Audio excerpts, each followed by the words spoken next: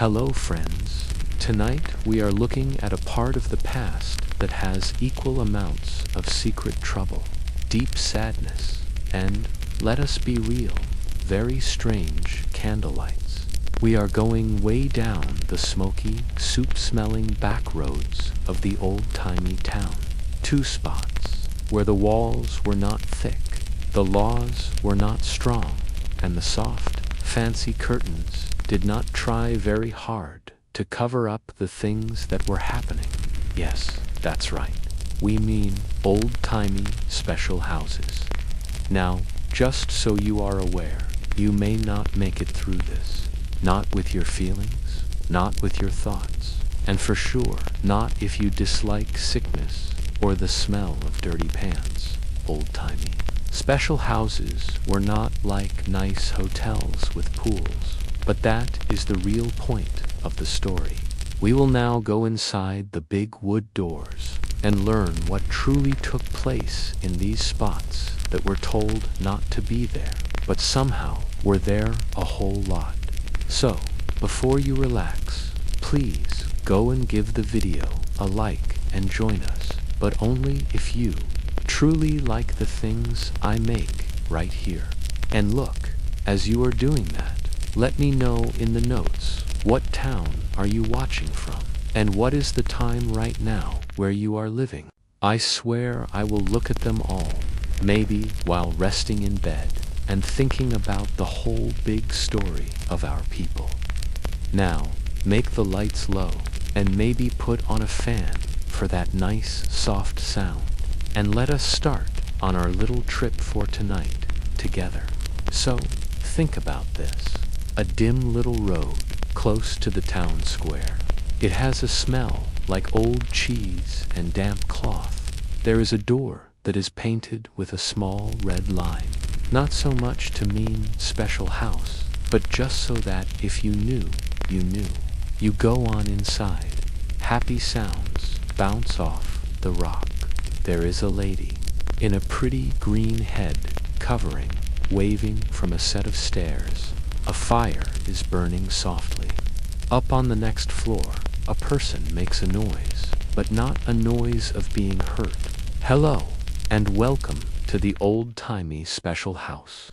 These were not just bad places hidden away in the dark. They were big, special places with laws, and they were often taxed with rules and put in smart spots near the army homes or roads for long trips. And here is the really funny thing. They were in a strange spot where towns said selling company was bad in talks, but they took the tax money from it when no one was looking. Think of a group of town leaders shaking a finger in the day and then rubbing their palms with joy in the night. That is pretty much how it was. Let us look at the town of Toulouse for a moment. In the 1400s, the town leaders made new laws that said the women had to wear a certain hat with stripes. This was not for their own good. It was so all the people could know who they were and not make a mistake. At that same time, the leaders made money from the very same houses these ladies worked inside of. Clear rules on right and wrong. No bad things in the open. Money in secret. The special houses were all different sizes.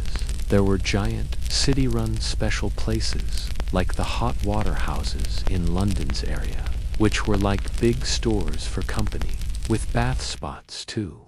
There were also tiny places that were run from a person's back room, with just a shaky bed and a cup of sour drink. But one thing was always the same. They were full of noise, not calm, and a very big part of how the town was.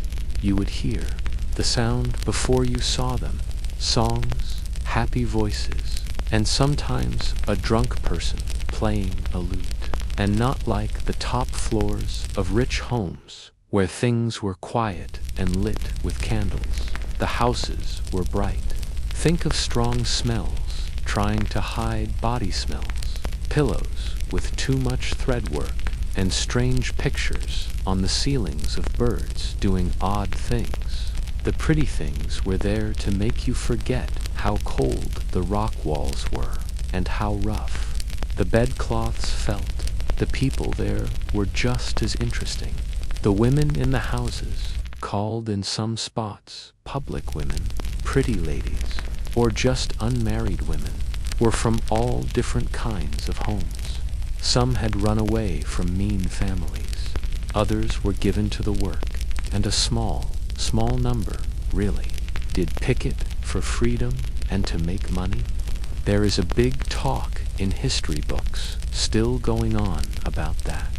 How much choice did these ladies really have in their own lives? Some smart people say the houses were one of the few ways for a lady to get money with no man or father. Others show the deep unfairness that was a part of the whole system. The real story is, it was based on the town, the year, and the person. But here is a funny little side story. In some specific towns, special houses had their own safe days. These were usually on holy days, when selling company was stopped for a short time. So of course, those were the slowest and most uncomfortable days of the whole year. That being said, ways around the rules were always there in Avignon. The houses would sometimes give you a soul rub during the closed times. No, it was not that kind of a soul rub. The men who visit come in slowly. Sellers, knights, riders, even churchmen sneaking away in their wool coats. Some come all the time. Some are new here. Most are not sober. They talk about the prices in quiet sounds, not because it is a hidden thing, but because they do not want to seem like they are cheap. On the next floor, the real work happens, often with one eye looking at the door, and the other on the candle burning down to near to the roof. And it is not only about closeness. In a funny way, special houses also gave something more gentle. Talk, happy sounds, music. For men who lived their lives in mean, very strict worlds, this was a weird sort of being free, even if they had to give money for it. One thing we are sure of, old-timey special houses had bed. The town rules would say when they could do their work, what they could put on, and where they were allowed to stand. It was bossing around at its most two-faced, from town bosses who often came by after their own meetings. And the funny part did not end there, because the more we learn, the more odd, more sad, and more full of surprise it becomes. There are dark hallways in front of us, full of saying one thing and doing another, strength, and many, many pretty leg bands. It is the start of the day now, and the house is oddly silent. The fires have gone down to glowing bits. The sweet smell has now turned into something that is like old flowers and sad thoughts. And some of the ladies, still with their leg coverings half on, walk down the stairs to find some old bread or a cup of drink they forgot. You are still around, hiding in a spot like a ghost, seeing the quiet mess settle all around like soft dust. And you might be asking yourself, how did this all start to seem like a normal thing? Why would towns that said they were good, moral, and followed the rules let these places do so well just a small walk away from the big church? Well, it is a surprise. It was really all about getting money and having control.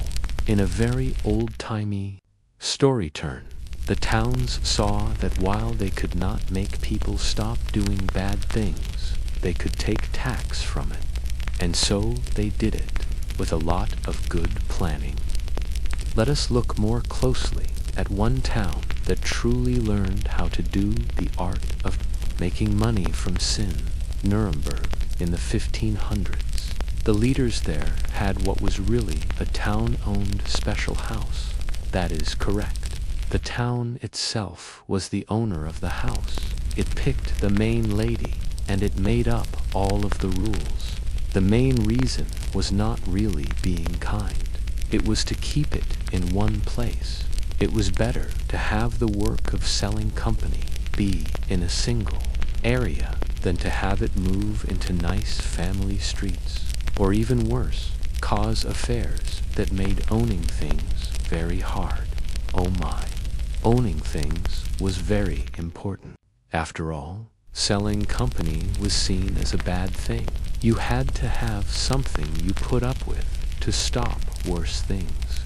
So, the town leaders made the red light spots. They made rules about what the women in the houses had to put on. They took taxes on the money they made, and they used that money for very big jobs, like fixing bridges and keeping the walls strong. The next time you look at the pretty tall points of a nice old-timey town, just try to remember it might have been paid for by some person's drunk night on a Saturday. This public and private house system was so well run, it makes the new rules for building look like they are lazy.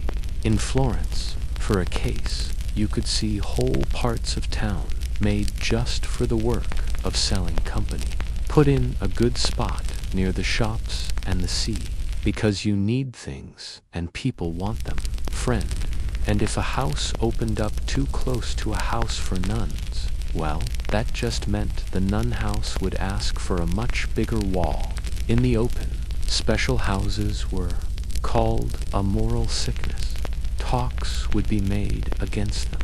It was not strange for the same person who wrote an order to fine a woman to also be one of her visitors, or the man who owned her house. And then there were the taxes for sin. These were not just fees taken for no reason. In Paris, the money taken from the women who sold company helped to pay for the town's water, fountains, and cleaning. A funny little circle where ladies were made to pay and then paid for the public bath spots they were not allowed to go into. Here is a funny little side story. In some of the spots, special houses were only permitted to be open on some of the days of the week. Sundays were most of the time not allowed, of course, because God was looking a bit more then. But there were also odd local ways, like in Bruges, where the house district had a bedtime that began when the big church bells rang for night prayer, unless, of course, the bellman was not on time, which he was sometimes in a very good way. And think of this, some towns even had checks. The leaders would come to the houses to make sure they were being run in a good way. Think of a man with a waxy paper looking at the bedcloths to see if they were right, and making sure the songs were not too tempting. That is the kind of silly bossing around that we are talking about. There is really a true talk among the smart people about if these checks were real leadership, or just a way for people to peek that everyone was okay with. I mean, how much do you truly need to check a soft mattress to know that it is good enough? But the biggest reason the towns liked the houses was not just the tax money. It was having power. Power over the women, over the people who worked, over how people acted with closeness itself. By making the houses go into special spots and making the workers follow silly rules, like wearing certain clothes or having bedtimes, they made the social order very clear. You could see who was good and who was not, who was a nice person and who was not. And if a lady went over that line just one time, it was very hard to ever come back. And here is the thing. Once you were called a woman who sold company, that name stayed with you like old mud. It did not matter how you started the work. Maybe your man passed away. Maybe you had no parents. Maybe your wedding money was lost in a big fire. Once you started, the system made very sure you had to stay there. Even if you left the house and you married a man who made bread, you were still that lady from down the road.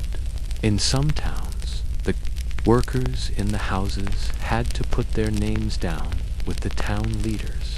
They had small books or little coins that showed they were legal sellers of company. Does that sound good? It was not. It made it more simple to find them, to watch them, and sometimes to put them in jail if they did not follow a rule, like being seen out of their spot without a helper. Yes, grown ladies had to ask to go past the town wall. But there were some interesting times it was not so. In Venice, for a case, the high-class sellers of company could be like famous people. They wrote down poems, had parties, and they dressed up like rich people. And while the town still took taxes and made rules for them, it also sort of looked up to them. There is a tale about a Venice high-class lady named Veronica Franco who had a public talk with a churchman, and she won. So not all the houses were made the same. Some were sad little spots. Others were fancy rooms where smart men who spoke Latin read poems after being close. For real, the big difference between those kinds, the sad workers in the back road huts and the silk-covered fancy ladies on the top floors, reminds you how class was a part of every single bit of this system. Even closeness had a social order, and we have not even started on the fines yet. Oh, the fines. Workers could be fined for having too much to drink, for putting on the wrong kind of shoes. So nice ladies could stay away from them. Bells, like on cats, or bad people. So the next time a person tells you that old-timey people were all good and holy, just try to remember they were running town-paid houses while talking against temptation they did not like. You go out just for a little bit into the damp stone road, and the air hits you with the smell of horse poop and cooked greens. A small cat runs through the lane, being run after by a mouse as big as a cup. You look to the side, and there it is, the bad-named spot, the one that even the churchmen whisper about low, while they pretend to say words from their holy book. And if you want to find old England's most well-known secret, you have it. Southwark was the spot. The king's people, the churchmen, and the farm people all knew what took place here. Southwark was just on the outside of the town walls, which meant it was ruled by, you are right, the church. And to be clear, the Bishop of Winchester. Monday. The ladies who did their work in the Southwark houses were not just sellers of company. They had a very special name, Winchester geese. That is not a funny name. That is what they were really called, which, if you are now thinking, wait, gave the women the names of birds. Yes, that is right. It was a not-so-nice joke and a way to make them feel less like people. Goose was also a silly word for both sickness and some body parts. You get more points for having two meanings. These ladies were not permitted to have a home inside the town of London itself. So Southwark grew to be a place all on its own of sin and staying alive. In fact, the hot water houses, as they were named, were many times built on top of bath spots. So, hot water. At first, they were just spots to sit in a tub and maybe get a nice back rub. But we both know how that kind of thing goes. And when the curtains were put up, no one was trying to fool anyone. But even though there were so many rules, the women who worked in Southwark were in a strange in-between place. They had a kind of freedom, you could say, but they could not get married. They could not put on nice colors like bright red or blue, and they could not be put in the ground in a holy spot. Even when they were gone, they were told who they were. There is a burying spot close to the old house area that is hidden now under a place for cars that smart people have dug up. They name it the Crossbones Graveyard. It was the spot where the Winchester geese were put to rest, a not holy piece of land for the single ladies and other people who did not fit in. No head markers, no papers, just bones and quiet words. And if that is not sadly beautiful, I do not know what is. Or even 15 men in just one day. Many of them were not gentle, some were mean, and almost all of them had things that no one could fix. They had to keep on smiling, had to say nice things, be fun, play the part, because one single bad night could mean being put out on the road with no one asking why. There was always a person who was younger or more pretty waiting to get your spot. And the head ladies, they were not always mean people, but they were in the business of business first. They had to give money to the guards, pay the men who checked, and keep a careful line between making money and having a big problem. A house that was too loud, got too wild, or got the notice of the wrong rich man could be closed in one night, or even worse, broken into and set on fire by Madtown. People who were pretending to be very mad about morals. Which gets us to a fact not known as well, but very, very strange. The women who worked in Southwark were really under the churchman's care. Like, by law, if a person hurt one of them or tried to not pay her, she could go and complain not to the town, but to the churchman's court. And at times, she would really win. Just think of that. A woman who sold company going into a holy courtroom, telling her problems, while a churchman fixes his coat and pretends he does not know who she is by her name. And here is a thing that still makes smart people wonder. Why did the church keep on pretending? Why did they not just close all of it? There are ideas, of course. Some people say the church thought it was better to have the work in one spot than all over. Others say it was all about the money, which is always a good guess. And still more people think the church just did not want the big political trouble. Close the houses and you would all of a sudden have madmen from all kinds of classes, like knights, like royal people, and like other churchmen, which is not good, but the not matching parts went very deep, often with everyone knowing all about it, and yet at the same time they were covered up in shame. You could go to one, make jokes about it with your friends, maybe even spot your neighbor's man leaving one, but you could not speak about it in the open. The ladies there were not permitted to own things. They could not speak in most courts. They could not get things from family. They could not join groups. But the money system could not work without them. The C-spots needed houses. Men who traveled for selling expected them, and armies, oh, we will talk about that, needed them to be happy. The saying one thing and doing another was not just a mistake. It was the whole system. One more thing to make your blood go up.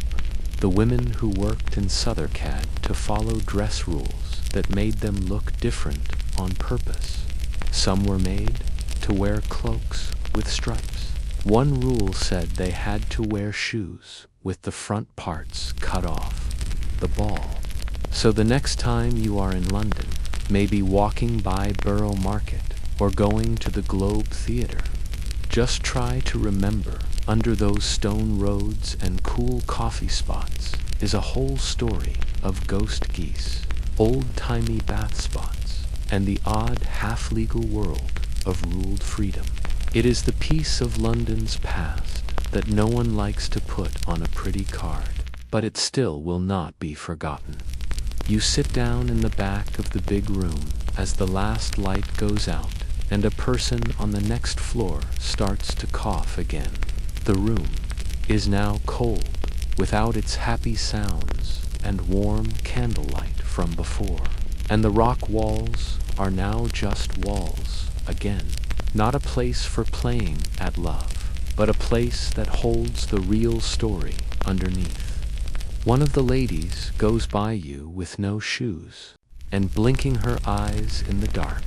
You ask yourself who she is, how she came here, and how so many ladies, thousands all over old-timey Europe, came to be behind these soft curtains in the first place. What you might think. In many towns, single woman turned into a not-so-quiet code word for a seller of company. You would see it in the tax books, court papers, and even church lists. If a lady was not married, was not in a work group, and did not have a man's name next to hers, the leaders thought, often not even asking, that she was in the work of selling closeness, and that thought had results. It meant fines, being watched, and having to sign up in many spots. But why were so many ladies left in that spot? The real reason, of course, begins with being poor.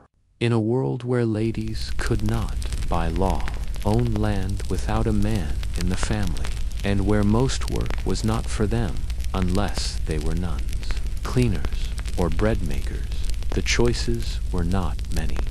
The minute you did not have your man, your father, or your wedding money, you were very, very close to having nothing.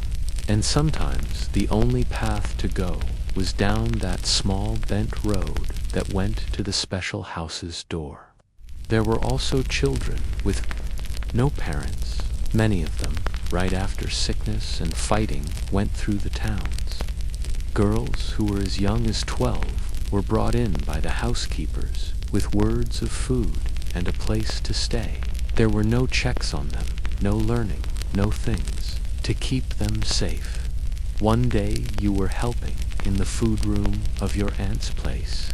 The next you were giving drinks with a bit of hope on the side, and being told to look happy no matter how your belly felt.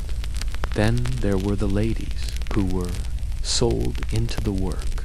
Families, especially ones with less money, would sometimes give their girls to the head ladies for a bit of money. In the papers, the deal was for helping in the house. In secret, every person knew what the job was, and once you put your name on the paper and gave the girl, there was no getting your money back. This gets us to one of the most sad, funny things of old-timey house life. Sometimes the special house was the most safe spot a lady could find. On the outside, in the roads, she might be hit, taken by the law, or hurt by a man with no way to get help. Inside, she had a home, food each day, and at least some kind of group. It was not a happy life, but it was a less bad one, which for a lot of people was the best thing they could get. And some ladies, not often, but still, picked the life, not because they wished for it, but because it gave a strange kind of being. On their own, they could make their own money. They could have a life without a man.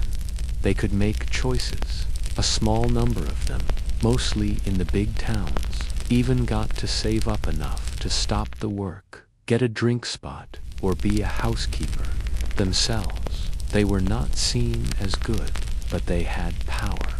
And in a world made to give ladies no power at all, that was a big thing. There is a talked-about case from the 1400s in Ghent, where a lady named Elspeth, the weaver, put her name down as a seller of company, not because she had nothing, but because she was not happy with being given pennies for her cloths.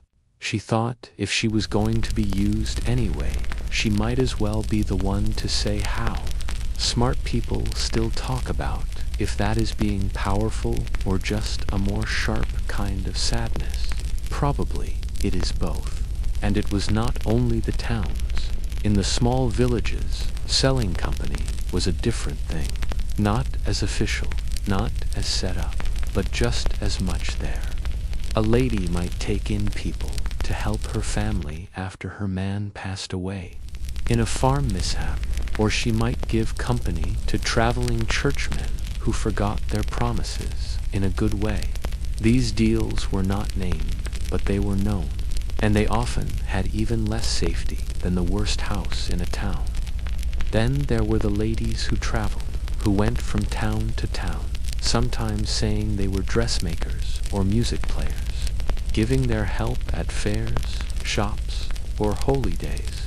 These were the secret sellers of company, and they made the leaders very scared because unlike the houseworkers, they were not on a list, they were not taxed, and they could not be kept in one spot, which of course made them easy to bother, take in, or just disappear all of a sudden. A funny history side story. In some towns, the workers in the houses had to have tokens, signs, or ribbons that showed they were legal sellers of company. These little signs were used for both showing who they were and for control. No ribbon. You were not following the law, but having the ribbon made you a thing for every mean word, touch, or street talker with a thought. It was the most bad name tag ever made up.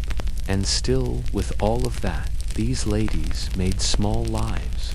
They told jokes in the getting ready rooms. They looked after each other's kids. They learned ways to stop visitors from being too mean or drunk.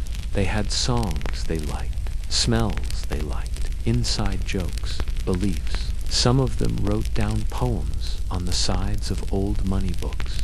There are papers of the house ladies making secret groups, coming together to say no to a head lady's meanness or asking for more pay from the visitors. These parts are quick in the old papers, but they show a big thing. They were not just sad people. They were strong people who were sharp, stubborn, and often funny, even with all the things trying to break them. But the world did not want to listen to them.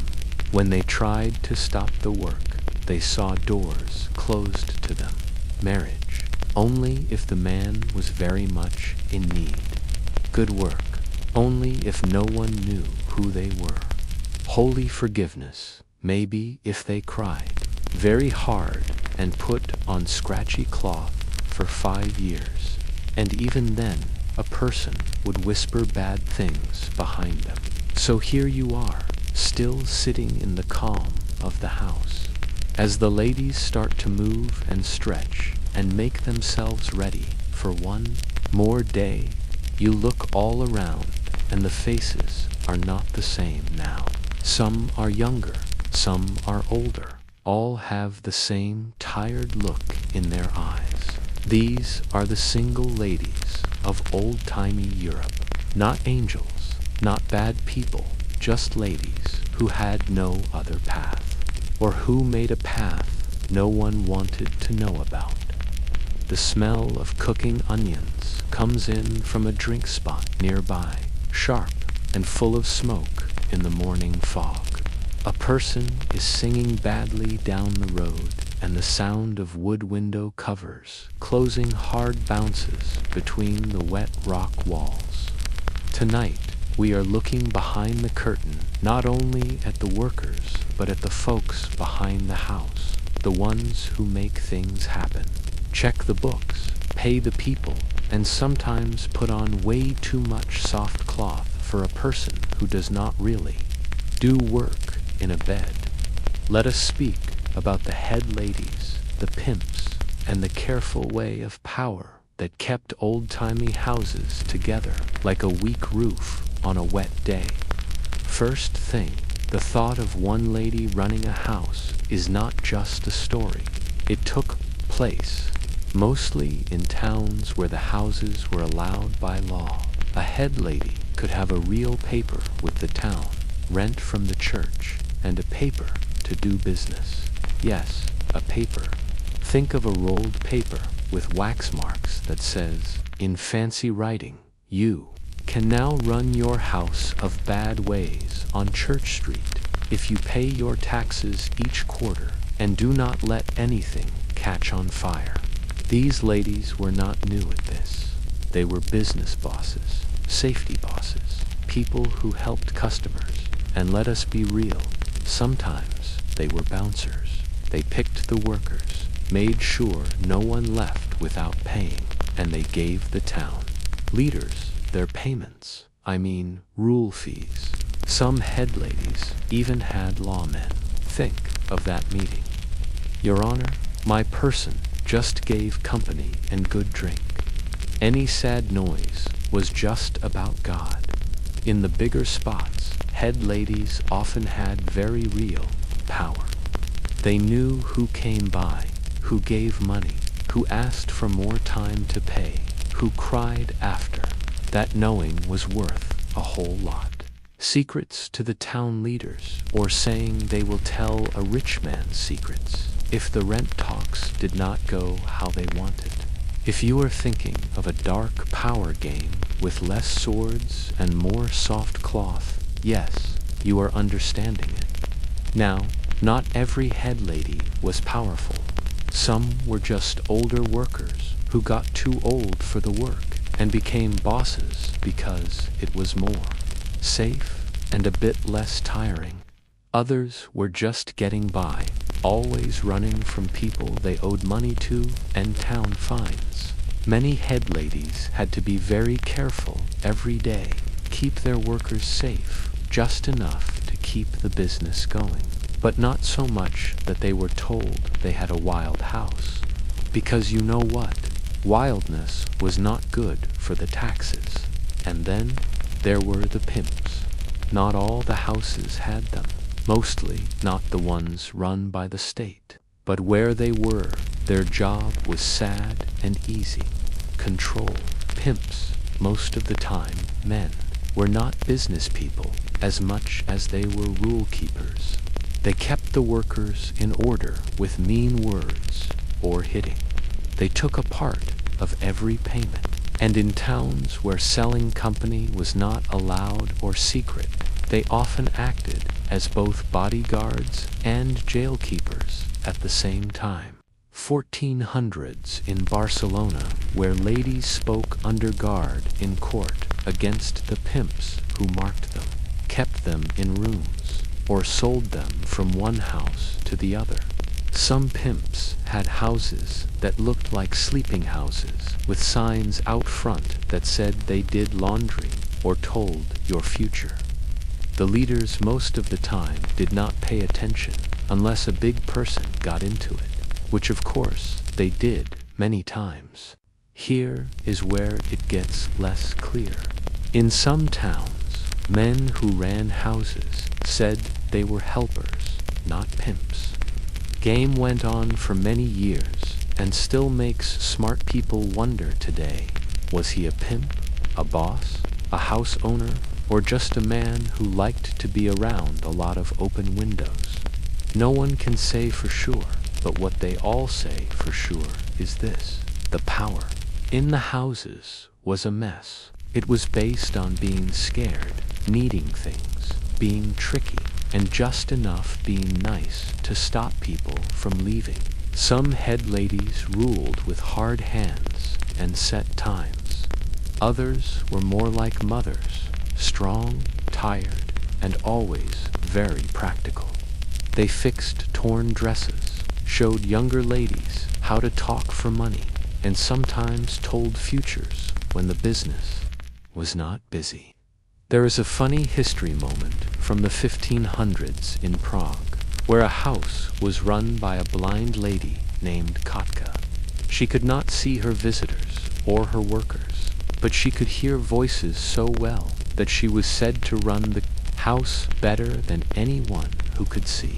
She knew every customer's likes, what they owed, and their secrets, and was said to know a bad coin just by how it felt. Smart people talk about if her story is a myth or real. But no matter what, it tells you what was important, not how you looked or how strong you were, but having power, because that is what the head ladies and pimps had. Power over the space, the bodies, and most risky, what they knew. They knew things, knew how the town's ways worked, knew how to keep things hidden or how to sell them. In a world where churchmen and judges went to houses as much as they went to drink spots that knowing was like gold, or at least good for a longer rent time. Of course, sometimes the power changed. When a head lady got too rich, too seen, or had too many thoughts, she could be brought down very fast. All it needed was one churchman with a bad feeling, or one mad husband with a knife. Houses were allowed, but never really safe, and the people who ran them had to walk a line more thin than a wet silk leg covering. And let us not leave out the visitors in all of this, because part of the head lady's job was to handle them too, making sure they gave money, making sure they did not get mean, making sure they did not pass away in the middle of something not good. You may laugh, but there is a bad-named case from Paris where a rich man really did pass away mid-act, and the head lady had to quietly move him out the back way before the town guards came. The house was fined. The lady in the act was blamed. For too much holy power, the dead man was given a good burying. Old-timey justice, ladies and gents. So, next time you think of an old-timey house, do not see it as a wild place of sin and fun.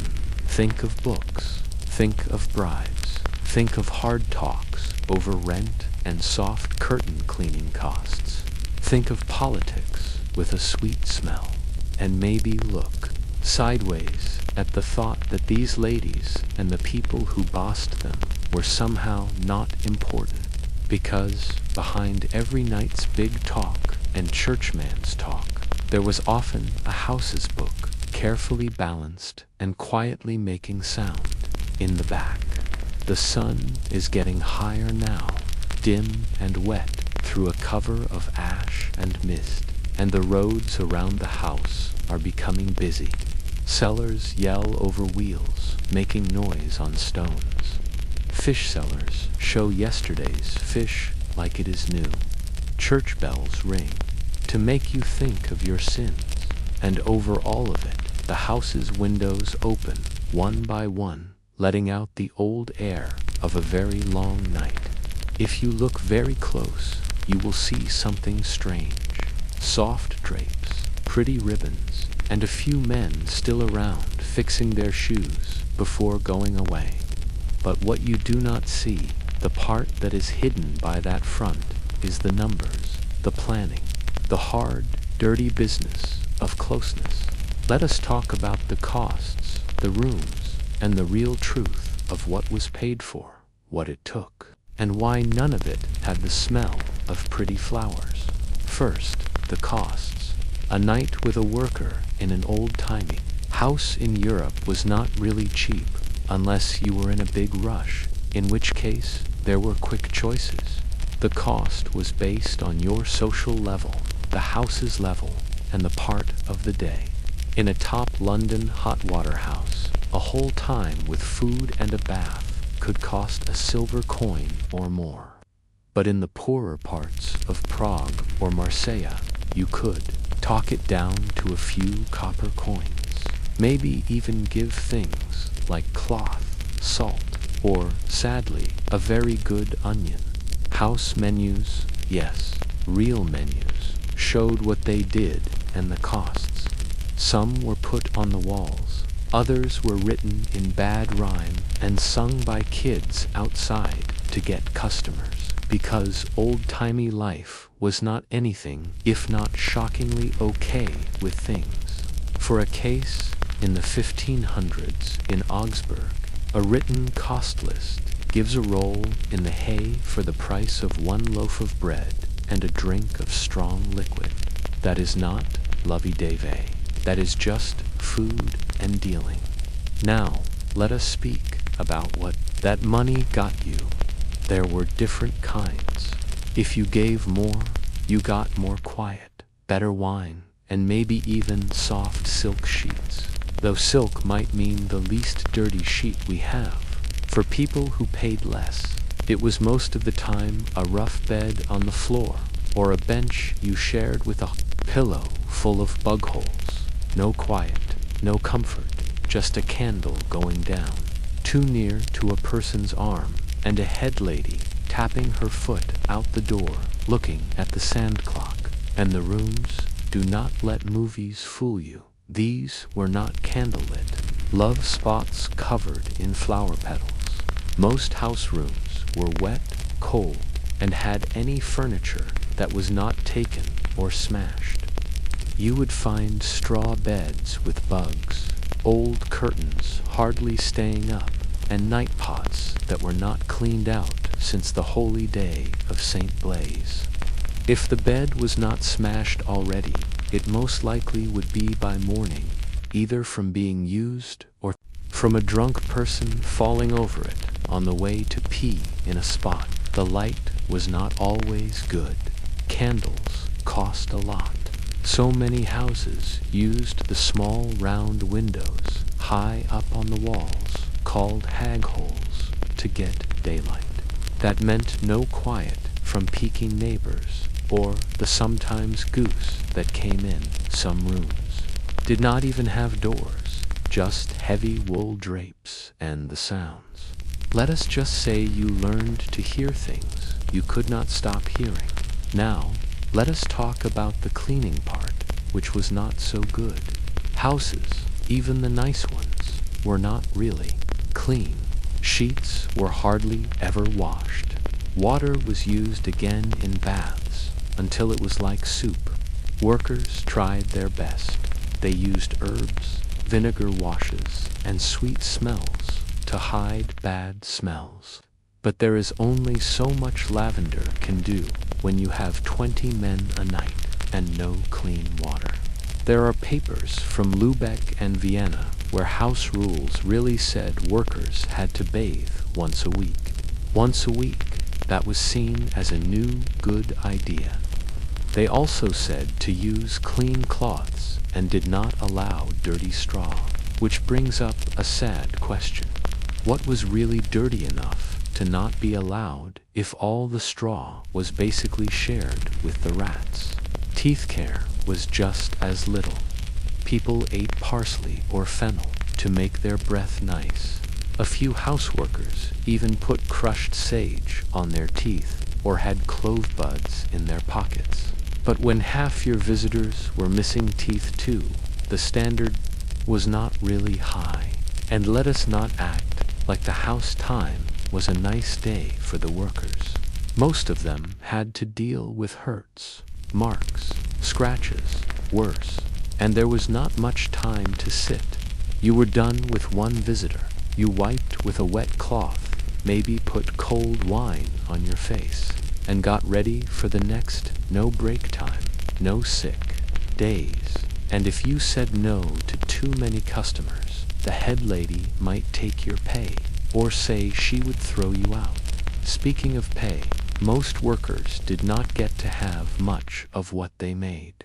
A big part went to the head lady, another to the town from taxes, and sometimes a bit to the guards or pimps for keeping them safe. That meant that for every silver coin made, the worker might only get a small piece, enough for food, a bit of soap, and maybe a cheap ribbon from the shop. And if you are asking, yes, old-timey houses had stealing problems.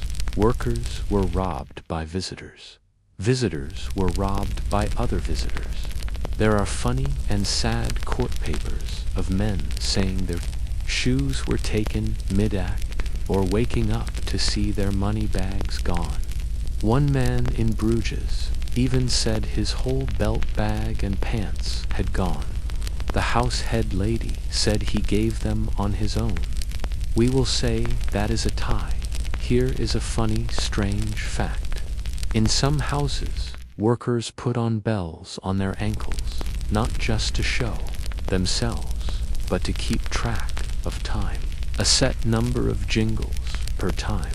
Then the visitor had to pay more or go, like an old-timey way of a parking clock that jingled with each move. Love de veille, right? Smart people still talk about just how the same this all was. Some say the house money system was very well run, like small hotels with check-in times, menus, and even perks for coming back. Others say it was mostly a mess, kept together by old ways and having nothing. The truth is, it changed from town to town, house by house. But what is sure is that no part of the work was easy, nice, or even a little fair. So next time you walk by a nice soft curtain in a new hotel, think of the story behind it. The scratched wood floors, the noisy mattress, the broken lock, and the many women who learned to count coins by candlelight, who fixed their own leg bands between times, and tried in some way to keep a small bit of themselves safe behind the numbers of staying alive. It is late in the day now, and the road is a bit less wild. Long lines stretch over puddles, and the smell of cooking meat comes from a street food cart you do not fully believe in. In the house, the workers are getting ready for the next group. New bedcloths put out, or at least flipped over, tops tightened. Red put on cheeks that have already had too many customers today.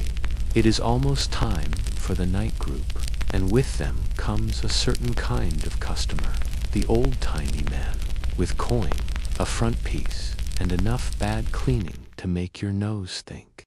About leaving early, let us talk about the visitors, who really came to the houses. Short answer, all people. Longer answer, sellers, knights, students, churchmen, fish sellers, stable keepers, rich men in hiding, and the sometimes overworked writer looking for a night that did not have to do with paper. Houses were the big levelers of old-timey society. You could find a poor man and a rich man under the same roof, sometimes even in the same bed, though maybe not because they wanted to.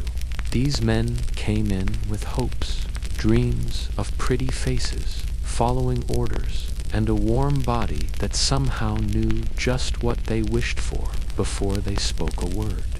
What they received, most of the time, was a tired lady trying her best to stay up, acting like she did not see the sound of coins being counted under the sheets.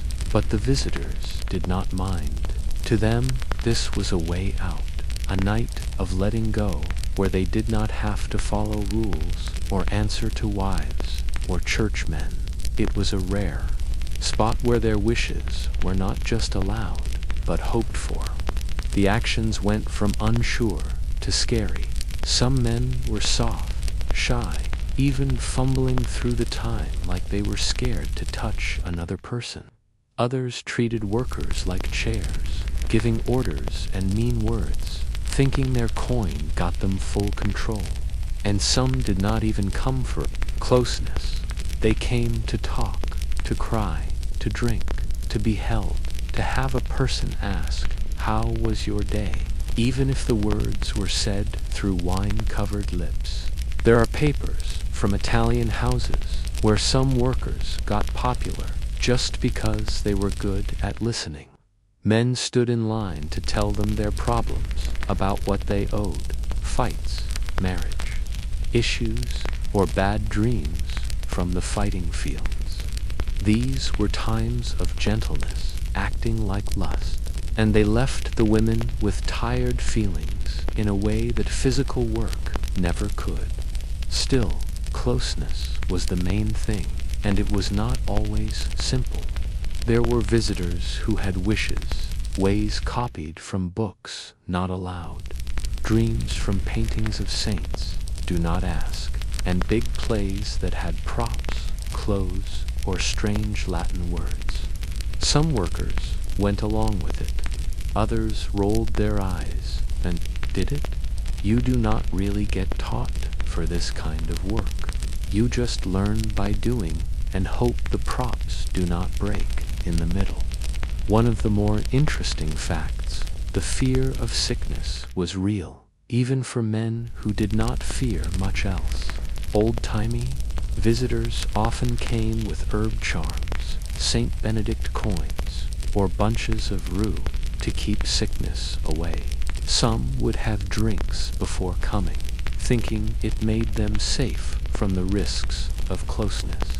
Others put things on their private parts, some of which had things like garlic, lead dust, or mercury paste. Side effects were pain, sores, and death. But hey, anything to keep the groin bad spirits away. Despite the risks, the fear was not enough to make them stay away. And most did not do anything close to what we would call safe closeness. Protections, if you could even call them that, were simple, made of cloth, soaked in vinegar, or oiled sheep gut. They cost a lot, were not comfy, and hardly used unless a visitor was very scared or very well read. Mostly being safe came down to praying and not thinking about it. And speaking of sheep gut, here is a strange detail for your bad dreams. Some house workers made their own ways to be safe, like using sponges, balls of wool, or even special carved wood plugs. They did not have much science to use, but they had a lot of reason to not die from someone else's bad choices. There is also a real talk among smart people about how much visitors truly knew the risks. Some say that knowing about sickness, mostly syphilis, was all over by the late Middle Ages, and men just did not care. Others think that people blamed the signs on curses, bad air, or being punished by God, not from touching. The truth is likely in the middle. Most visitors did not know the details, but they knew something was not safe. They just thought it would not be them. Class was a part of how visitors acted. Two rich men could pay for more quiet, better wine, and more secret plans. Some houses even had secret ways in for rich men who did not want to be seen by neighbors, or worse, their wives. There were rich men who had long-term deals with a single houseworker, really making her a mistress with a house, money, and special rights. Others treated houses like drink spots, walking in, asking for notice, and throwing money around to show they were important. And then there were the university boys. Oh yes, young, loud, badly shaved, and thinking they were smart men. They filled the houses near colleges, often in groups, drunk on cheap wine, and wanting to quote Aristotle while taking off their boots. In Paris, Oxford, and Bologna, papers show house problems caused by students who would not pay, tried to take curtains, or challenged other visitors to fights over everything. If any person should have been banned, it was them. But their parents had money, so they were always let back in. Despite the mess, most houses tried to keep some kind of order. Visitors who got mean might be banned, or at least charged more for the broken things. Drunk people could be thrown into the road by guards, or if the house was tied to town leaders, taken to the stocks. Some head ladies even had visitor blacklists. though making them follow was hard when money was low. It is easy to see the visitors as the bad guys, and often they were. But like everyone in this system, they were also stuck in social roles, marriages with no love, hard hopes of being a man, and a culture that taught them desire was dirty, but could not be stopped. Some were mean, others were just lost. So when you see that house window open at dusk, and the first customer comes in, coat pulled, hat low, eyes looking, know this: he is not just buying closeness. He is buying a way out from being poor, having no power, being holy, or pain. He is bringing in his shame and secrets, and he is hoping they will go away behind the curtain. They won't, but for a few silver coins, he will pretend they do. The light goes away faster now, making long, sharp shadows down the lanes as the town goes into night. Inside the house, candles are lit, the smell of beeswax mixed with old wine, and a sweet smell trying too hard. There is a nervous feeling in the air tonight, like everyone is waiting for something or someone to go wrong. And it is not being scared for no reason. It is a deep known hum of dread that goes under the skin of every worker in the house. Because if there is one thing more scary than a drunk rich man, it is sickness. And if you are an old-timey houseworker, it is not just being ill, it is being shamed, sent away, and sometimes death. Tonight, we are going head first into one of the most scary corners of this world. The healthways, if you can call them that, made to handle the mess of sicknesses from closeness. We are talking about rules, being watched, herb guessing, and leeches. Lots of leeches. First, the main things. Old-timey medicine did not know about germs. People thought sickness came from bad liquids in the body, or from miasmas, bad-smelling air. You did not get a sickness from another person. You got it from the air they had made bad with sin, lust, or maybe just garlic breath.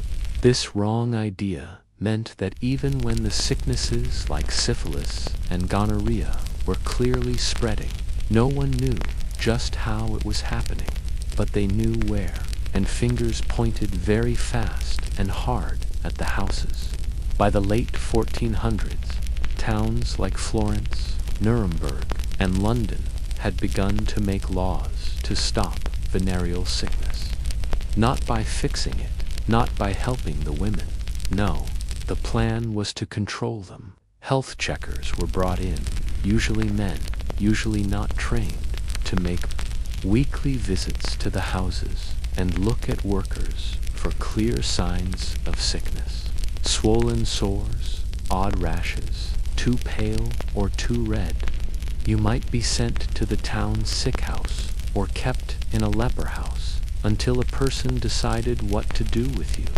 Spoiler, that choice was hardly ever good for the sick person. Think of standing half-dressed in front of a town clerk who has never fixed anything more hard than a broken toe while he looks at your body and tells you your future. It was not medicine, it was a play. A mean, not comfy play, with bad lighting, and no respect. And do not think for a minute these checks were done in private. There are papers of women being looked at in front of male leaders, helpers, and even curious local boys who wanted to learn about sickness. If you felt shame, that was your problem. If you yelled, a person made a joke. If you said no, you were fined. But wait, it gets worse.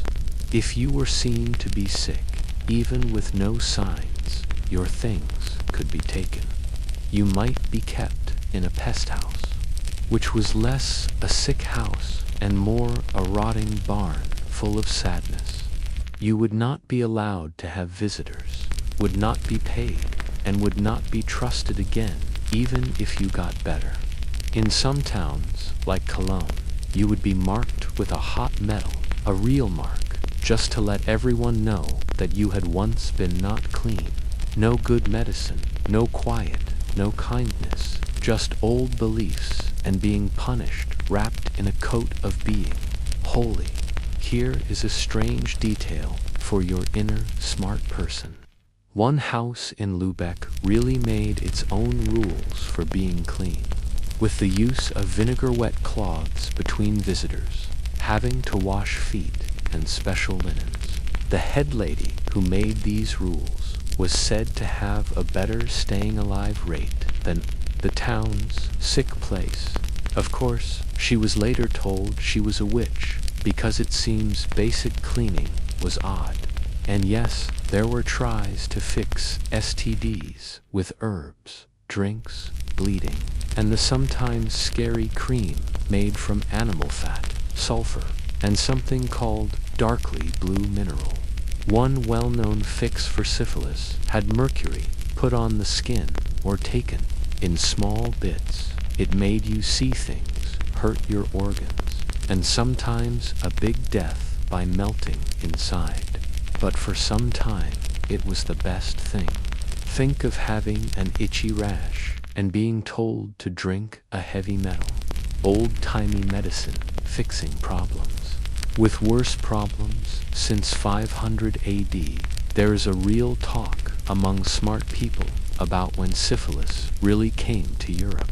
Some say it was brought from the Americas after Columbus's trips, making its first scary show around 1495. Others say it was there in a different way long before that, just named wrong or hidden with nice words like the French disease, the Neapolitan problem, or my own favorite, the burning joy.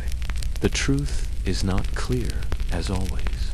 Papers are not clear, signs are not the same, and no one really wanted to write down that they died crotch first.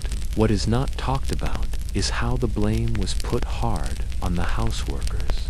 They were the first to be blamed, the first to be punished, and the last to be helped. Even when it was sure that visitors were spreading sickness from house to house like horny little bugs, the women had the shame.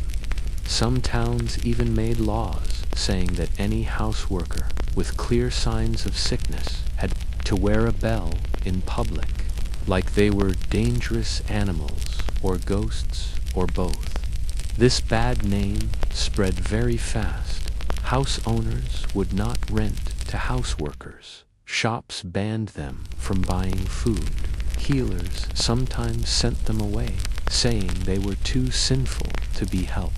And while male visitors were sometimes named in town health papers, they were hardly ever punished.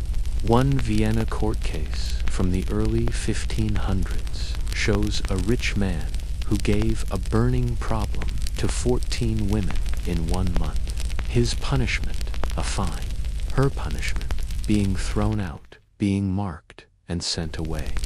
And let us not act like these rules worked.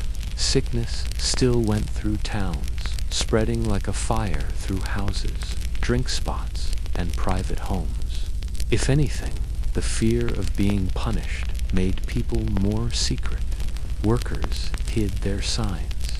Head ladies paid off checkers, and visitors lied about their health. But the circle went on.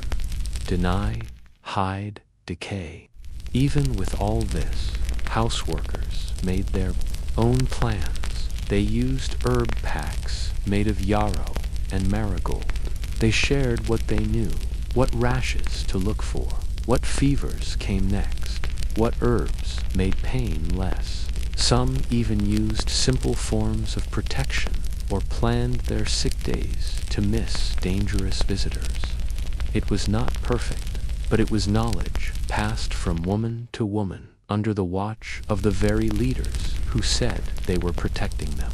And in the middle of this mess, the house went on because there was money to be made, because the need never went away.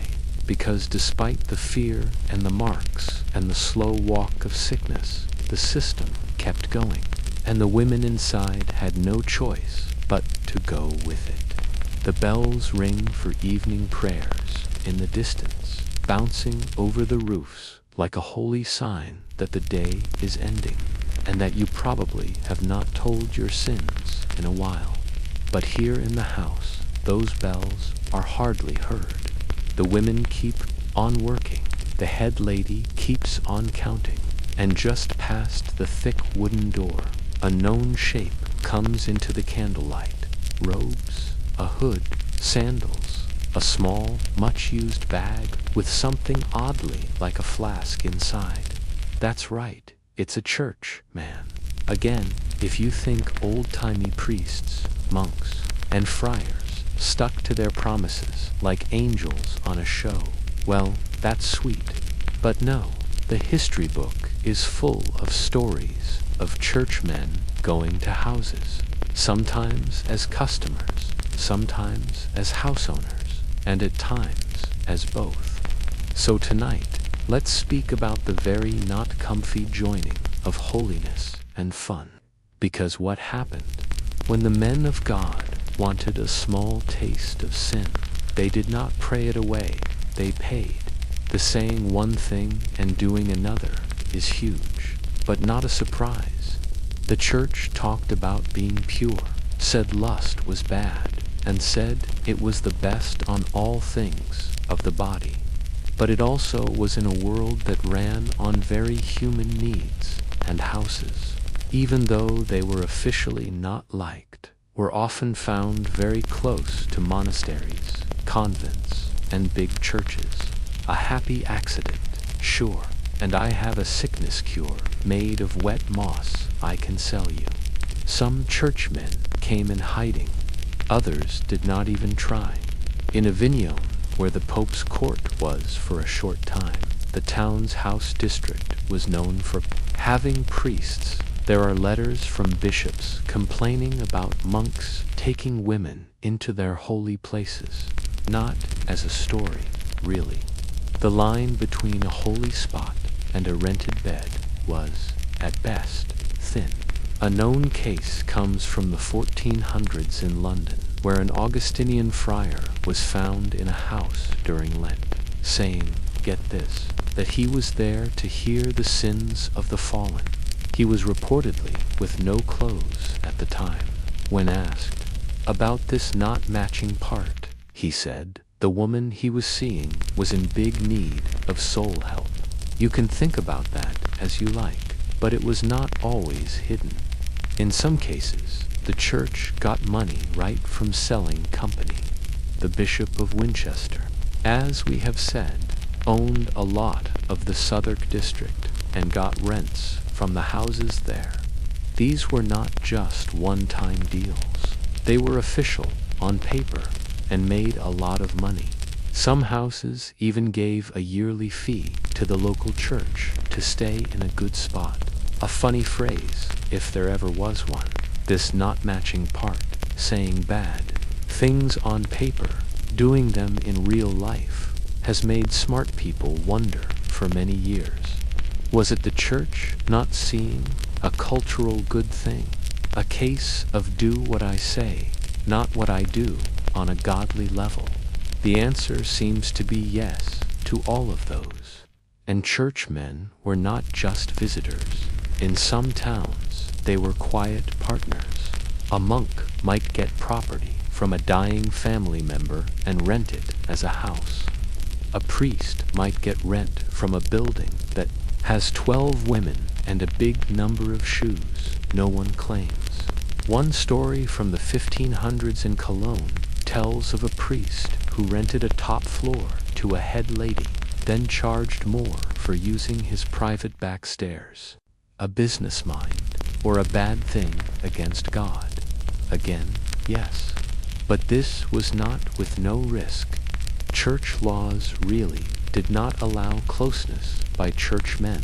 If found, the results went from saying sorry and fines to being kicked out. But in real life, most were quietly sent to another church or told to pray more, or, in the worst cases, given a better job, if their sins were not too open.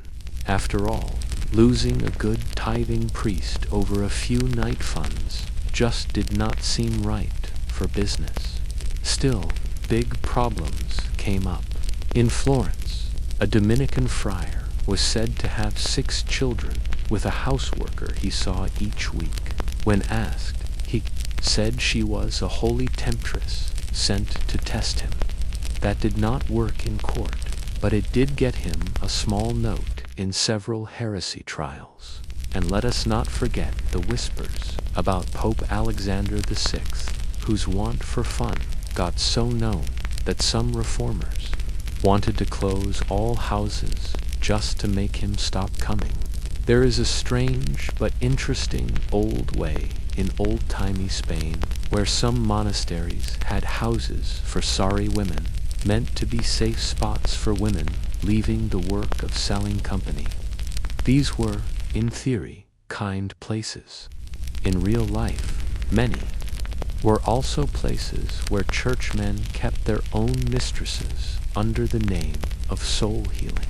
The papers said salvation. The bedcloths said something else. At the same time, talks against selling company went on. Priests stood up and condemned the very sins they had done hours before, and the people they knew.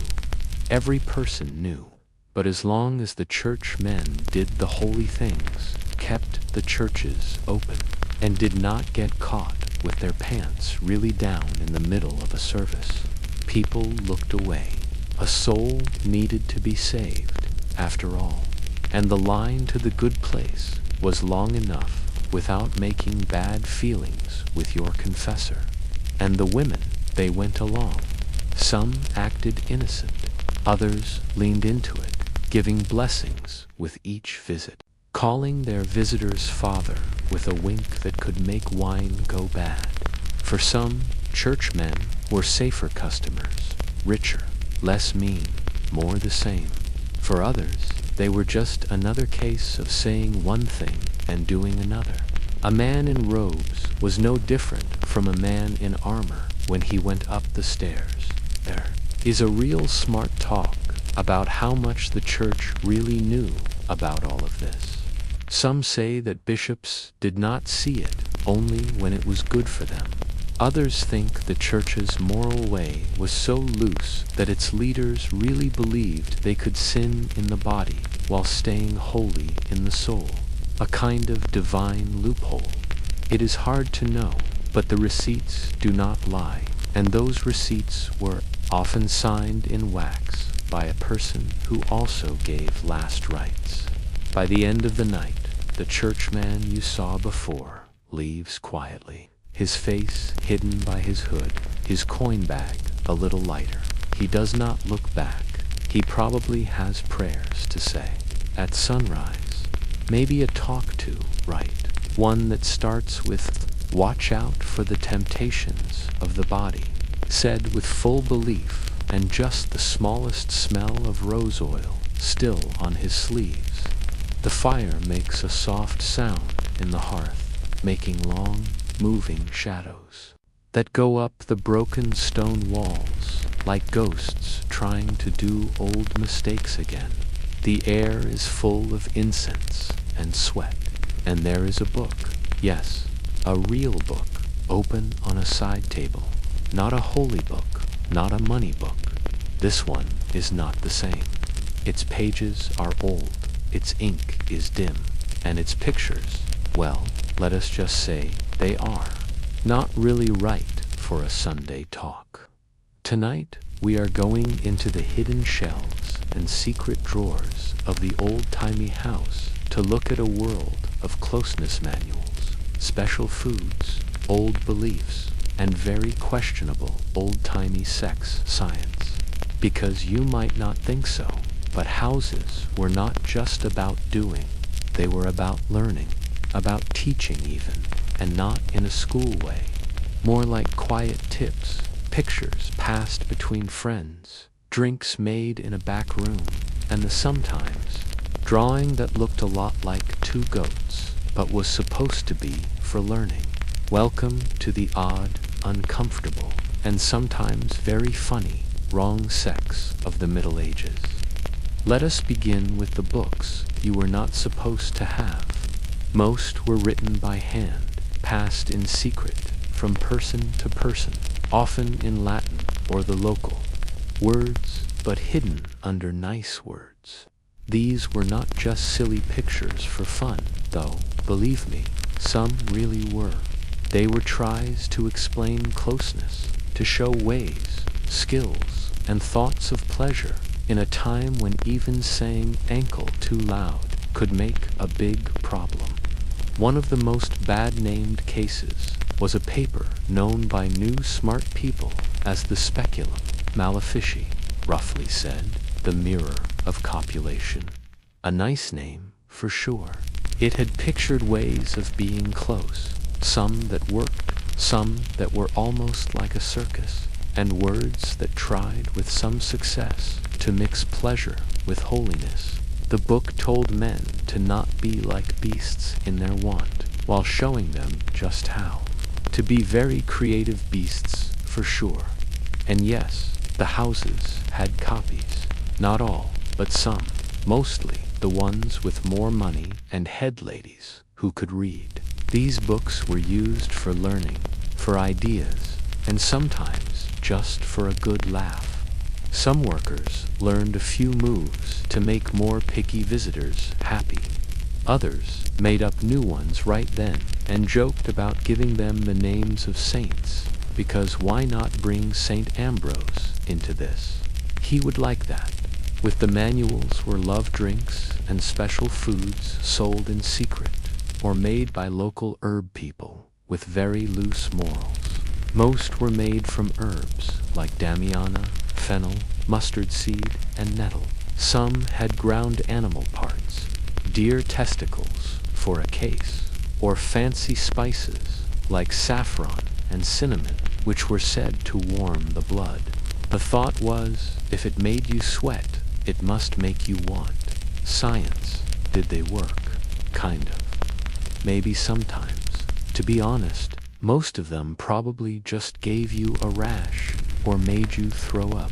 But the thought effect is strong, and in a world where closeness was wrapped in fear and shame, a little liquid courage, if it worked or not, felt like magic.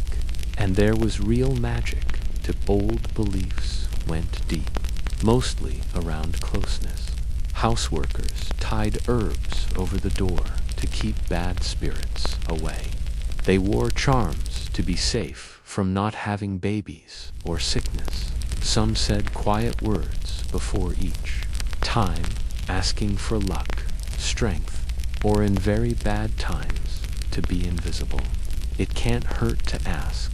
One of the most strange ways had to do with beans. Yes, beans carried in a bag or put in a corset as a kind of charm. Black beans for being safe, red beans for passion, white beans for well. No one is really sure. The start of this way is not clear, but papers from French and Spanish houses show women listing magic beans in their own things. Maybe they worked. Maybe they just felt like something they could control in a world that took everything else. There were also songs, funny little rhymes, that were also memory helpers for skill. Think of short poems about how to place your legs or where to put your hands. They were passed from older workers to younger ones, often changed and made local. One English house had a chant that went, "Bend the knee for the bishop's eye, but keep the coin before he lifts the thigh." Catchy, right? It's old-timey sexual. Smarts hidden as drink spot poetry. Now, let's not act like this was all fun and for learning. These tools of the work were also tools for staying alive. House workers used closeness knowledge to be different, to keep visitors interested, to not be punished for being not fun or not good. In a job where saying no to a customer could be the difference between food and starving, knowing one more trick might keep you in a good spot for another week. And let's be honest, some visitors hoped for skill. They came in asking for the special way they had heard about from a friend or seen written in a monk's side notes. Show me the trick from the Venetian girl. Do the thing with your ankle and the candle. It was a play, a set thing, and the workers were actors, directors, and stage helpers all at once. This gets us to a smart talk that still goes around like a bird at a town square. How much of this closeness knowledge was really powerful? Were these women getting back some choice through skill and knowledge, or were they just changing to stay alive in very hard times? The answer, as always, is both. You can be a sad person in a system and still be very good at getting through it. And sometimes that smartness looked like a quickly drawn picture of something that might be against the law in at least 3 kingdoms. There are also reports, not many, but telling, of houseworkers saying no to some acts. Too dangerous, they would say, or not right. And yes, there was an order, even in sin. Some ways were seen as wild, others as shameful, and some as just not worth the back pain. Workers had their lines, and while those were not always respected, they were real and kept with sharp words, talking, or in some cases, a well-aimed shoe. So tonight, as the house hums with life again, with wine flowing and windows bright, think of that little book on the table. Think of the herbs hanging in the corner. Think of a woman laughing as she folds a cloth into a shape made to teach a new person something that probably should not be taught with a napkin. It was not nice, it was not clean, but it was smart. And for many, it was the closest thing to power they had. It is deep in the night now, the time when the fire has gone down to soft, red, glowing things, and the roads outside the house are still too quiet. The drunks have fallen asleep. The last of the customers have gone home or curled up in borrowed spots upstairs and downstairs in the kitchen.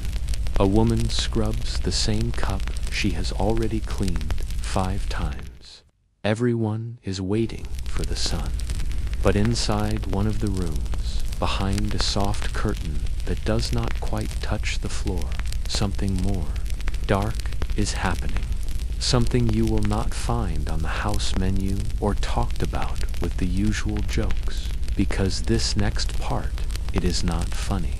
It is about wanting something too much, being pure, and the hard price paid by anyone born into the story of the Virgin. Let us talk about the very real, very old-timey, very scary want for being a virgin. If you think new ideas about being pure are strangely strong, old-timey Europe said, hold my wine-marked paper. Being a virgin was not just a want, it was a perfect thing, a thing to be sold, a sign of being good, right, and holy, all in one scary idea that could make or break a woman's life before she had even said a full sentence. This want went deep into the house. You would think in a smart way a house would not care about something so not matching as being a virgin. But oh, it did, because visitors wanted it very much, and they were ready to pay silly amounts for it. Some paid enough to keep a woman fed for months. Others gave land, horses, even political favors, just for the idea of taking a pure girl's first time. And here is the sad turn. The house gave it. They gave virgins to hyping visitors. If the girl really was one or not, it did not matter. The acting mattered. Blood marks on sheets were faked. shy ways were practiced. Sometimes chicken blood was used. Other times, the woman bit her own lip hard enough to bleed. It was a play again, but this time the risk was being hurt.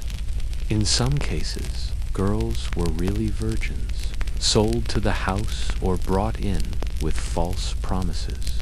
These were often children with no parents, teenagers, or sad daughters from poor families. Their first visitor was not a soft welcome to being a woman. It was an act of hard selling.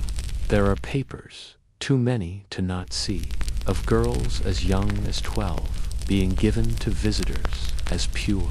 Some houses even advertised it in a hidden but clear way. A new flower in bloom, treasure not opened. You did not have to look for the hidden meaning. It was all right there, sickeningly beautiful.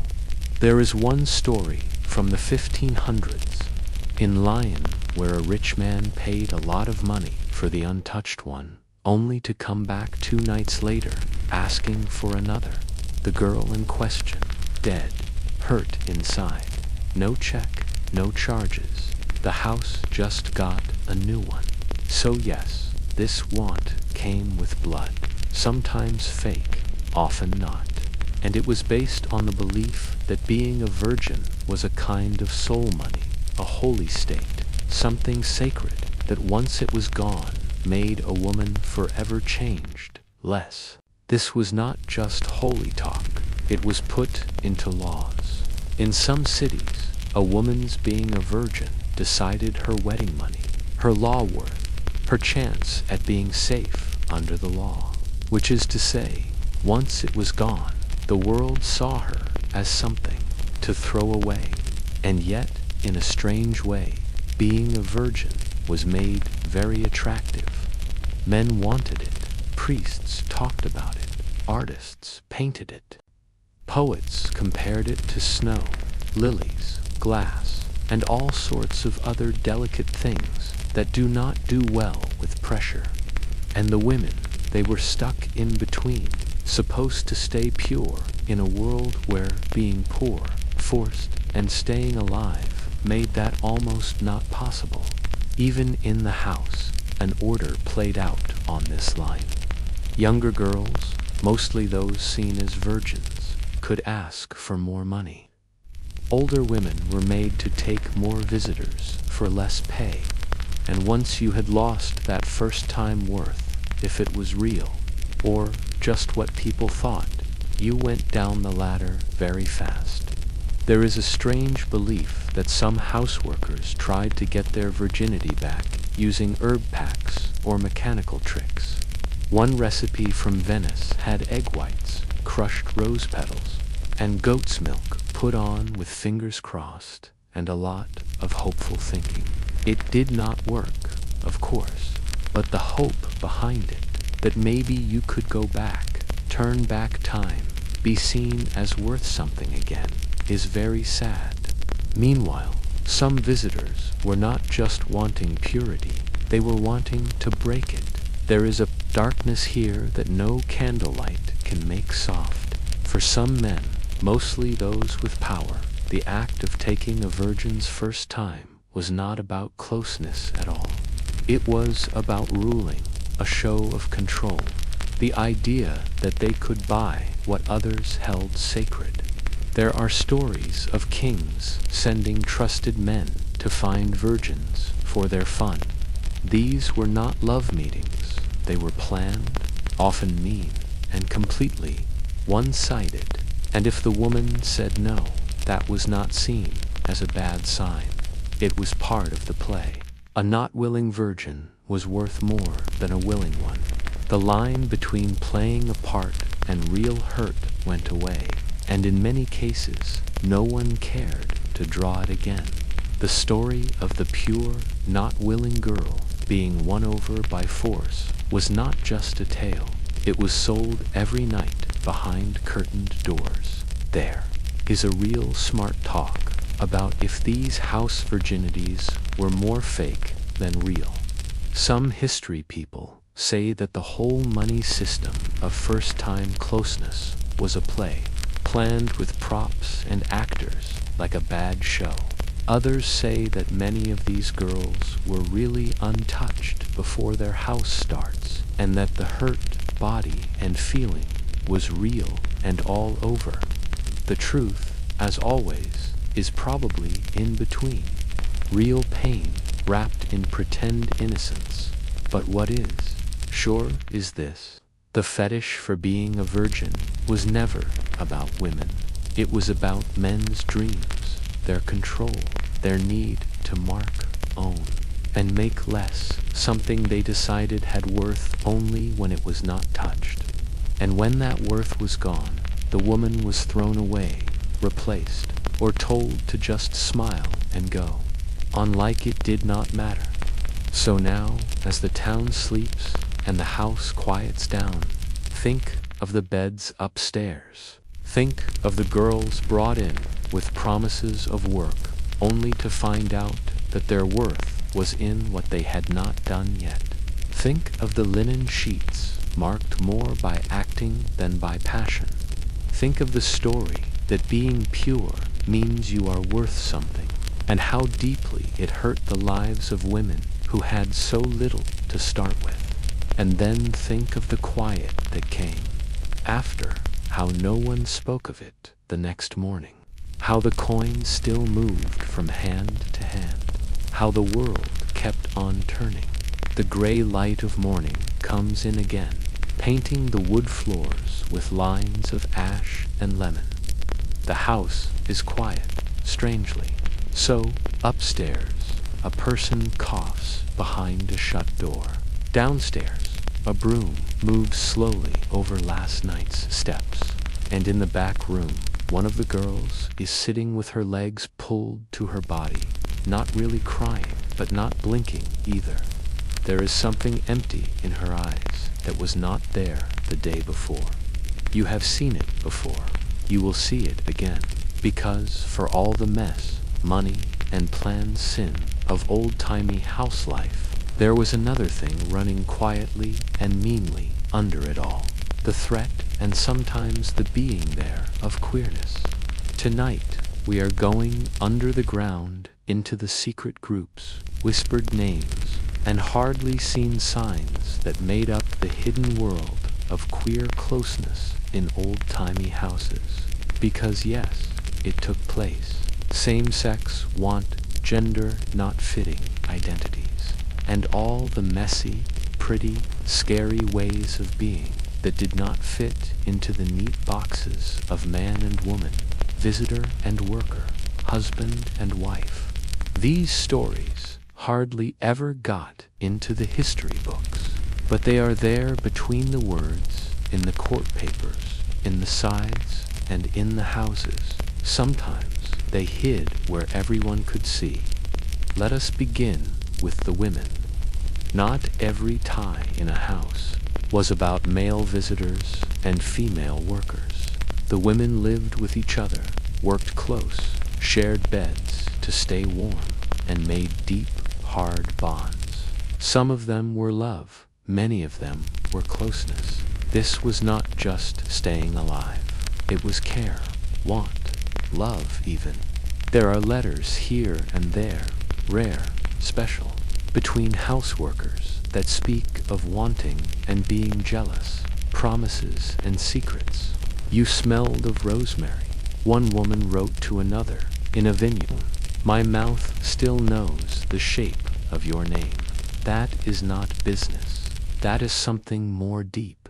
And sometimes these ties were smart. In a world where men came and left, where meanness was always a risk, women found comfort and safety in each other. They made what some history people call feeling households, not marriages by law, but real partnerships, all the same. They shared coin, food, taking care of children. They watched each other's backs, really, and as a saying. And yes, they shared bodies. When the door shut and the candles got low, no one was looking. Of course, it was not safe. If found out, Queer women risked more than being laughed at. They could be hit, put in jail, or worse. Female same-sex acts were not always punished the way male ones were, mostly because male leaders had no idea how to name them. But when they were seen, the reaction was fast and mean. The idea that women could find pleasure without men was scary and a bad thing to the whole man-run system. Because if a woman did not need a man, what good was she? Where did she belong? Still, some houses allowed or even quietly okayed these ties as long as they did not stop the business. There are stories of head ladies not seeing what the girls did between visitors as long as the coin kept coming. One house in Frankfurt was said to have a mirror room where two women would entertain a male visitor, not by touching him, but by being with each other. A crude, using version of queerness, but a version all the same. And sometimes between the acting, real want sparked. Then there were the men. This part is more hard, not because it did not happen. Oh, it for sure happened. But because the results for same-sex male closeness were worse. And so the papers are hidden deeper. Still, they are there. In towns like Venice, Florence, and Paris, houses were meeting spots for men who wanted closeness with other men. Some hid as regular visitors. Others came to talk behind shut doors, and some houseworkers, mostly younger boys or androgynous-looking people, worked just for them. Let us be clear, many of these boys were forced, used, or sold. They were often kept in hidden parts of the house, passed off as errant runners or fun makers. The line between staying alive and being used was very thin. But not all times were just about money. There are personal words, criminal papers, even love poems that show real care between male houseworkers and their visitors, or between the workers themselves. One of the most talked about cases comes from Florence in the early 1500s, where a male houseworker named Giuliano was taken after being found in a hug with another man behind a drink spot next to a house. They were charged with sodomy, given public shame, and sent away. But before his punishment, Giuliano was said to tell the court, "I loved him before he paid me. The coin only gave me permission." That line, kept in legal Latin, bounces through the years like a sad stone. There is also the strange case of third-gender people in houses, people who did not fit well into male or female groups. Some dressed in gender not fitting ways. Others changed how they looked completely. In parts of old-timey Iberia, there are some reports of people living in houses who wore women's clothes but had the voice of men, or the other way. They were sometimes laughed at, sometimes allowed, and sometimes celebrated, mostly if they could sing, dance, or entertain rich visitors with a feeling of newness and scandal. History people still talk over what to call these people. Were they trans, non-binary, gender fluid? The words do not fit perfectly over time, and putting new labels risks making it too simple. But what is clear is that old-timey houses, for all their meanness, made spaces where gender and want could mix, where identities outside the normal could be, if only in shadow. There were codes, too, signs passed between those who knew. A red sash on the left instead of the right, a hand sign, a certain way of lighting a candle or giving a drink. These small signs meant everything in a world where a wrong word could mean a beating or a rope. Houses became not just places of business, but spots on a hidden map, a secret network where queerness stayed alive by being not seen by everyone except those who needed to see it. And yet the sad part was always close. There are very sad court papers of lovers torn apart, of women whipped in the streets, of men burned or drowned because their letters were found, because someone heard, because the world outside the house wanted everything to be simple and straight and safe, and it was not. But even then, even with threat, people loved, people risked, people found each other in stolen moments, behind wine barrels and under shared blankets, in the laughter between work times, in the long look across a full dressing room, in the quiet sound of "Stay with me" just before the sun came up. So tonight, as the city goes into silence and the last of the candles go low, think of them, the women who found peace in each other's arms, the men who spoke love through coin because they had no other way, the ones who did not fit into the stories history likes to tell. They were here, they mattered, they still do. By the time the sun is high again, the house feels like a very different world. Windows are open wide to let out the bad smell of candles and bodies. Blankets are being aired, and last night's face paint stays on pillowcases like small, sad thoughts. There is the noise of wood floors, the sound of a pot starting to heat up, and the soft steps of boots in the hall. But today, a new person has come. Not a seller, not a fighter, not the local taxman looking for his part. No, this man has jewels on his hat, too many buttons on his coat, and the kind of sure walk that only comes from knowing the law is different. For you, good for you, you have just seen a royal house tour. That is right, royalty, rich men, dukes, earls, kings, and their annoying family members. They did not just go to houses in secret. Sometimes they did it on purpose in groups as part of a night's fun, and sometimes they brought the court with them.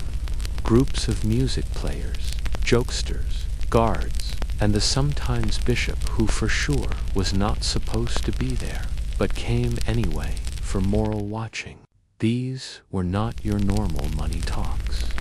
When a king went to a house, it was not about meeting, it was about show, power, dreams. It was about saying, I can do this, and you cannot make me stop. And believe me, no one did stop them, you think. The town was going to take a prince for going out of his big house and into a hot water house. Please, they sent more guards to keep the road open. Take King Edward IV of England for a case.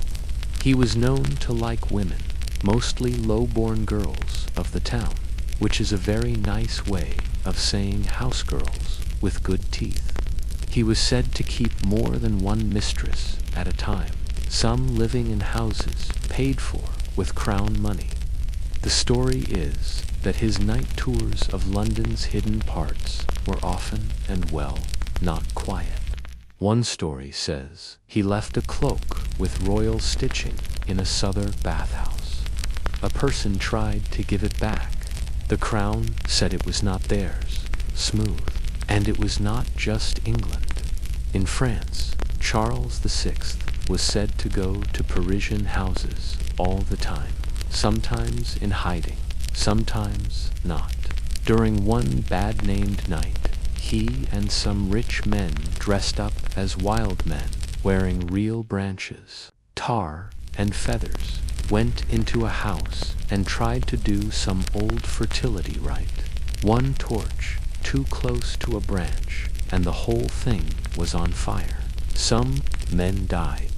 No one ever talked about that as a warning story against house visits, just against playing with fire while drunk and covered in pitch. Court jokesters sometimes came on these trips, giving funny relief or distraction.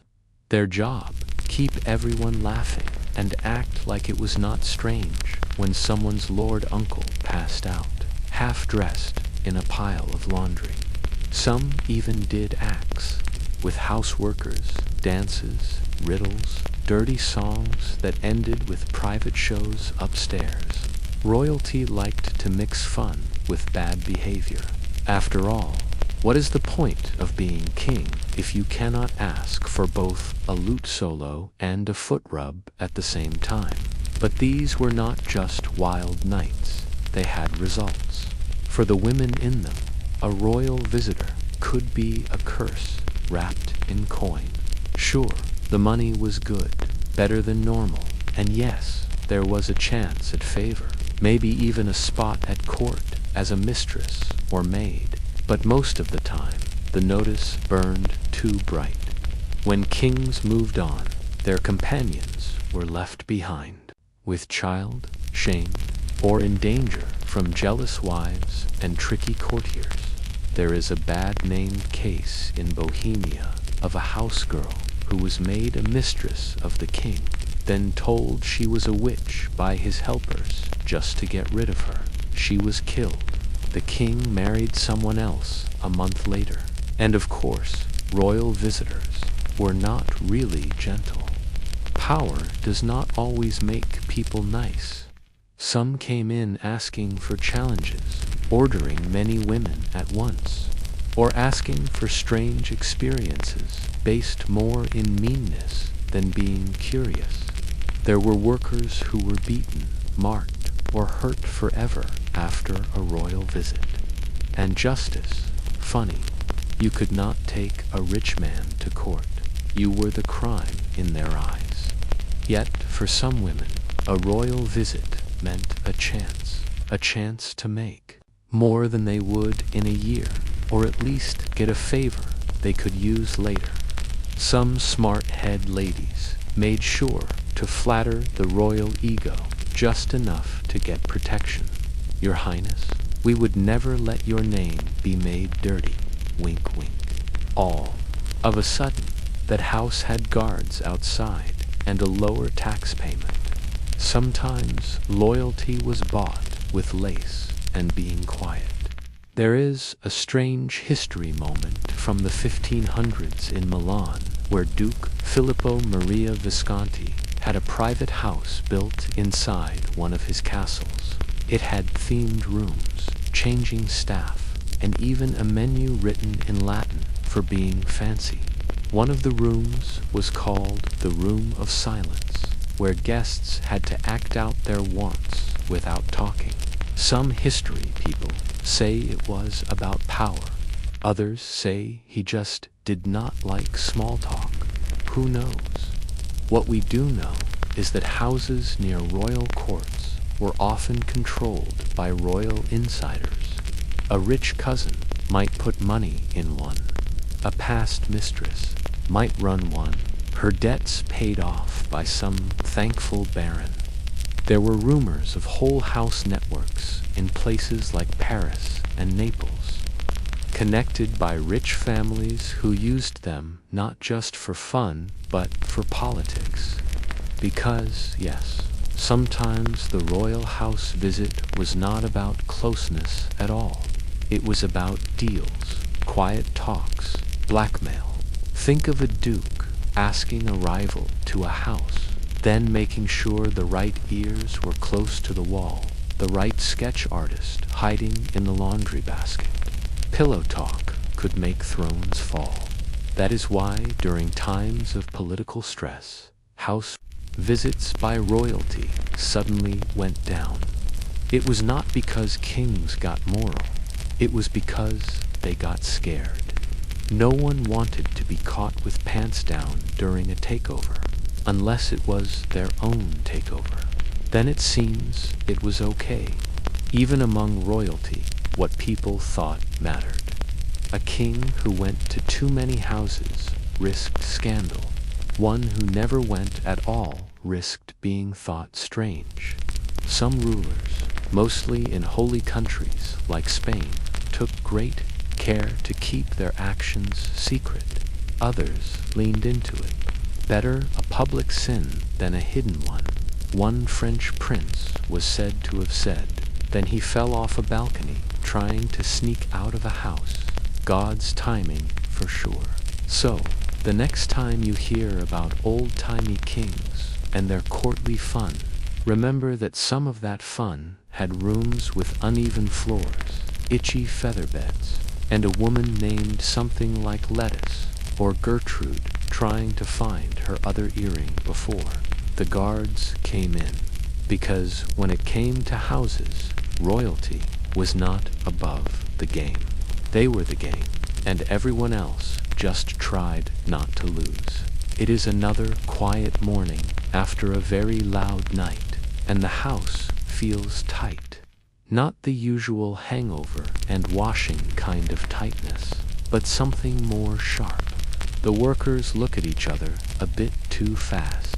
One of them has a new bruise under her eye that no one talks about, and the head lady, she has already gotten out the special bottle she keeps under the counter, the one she only uses when things get messy.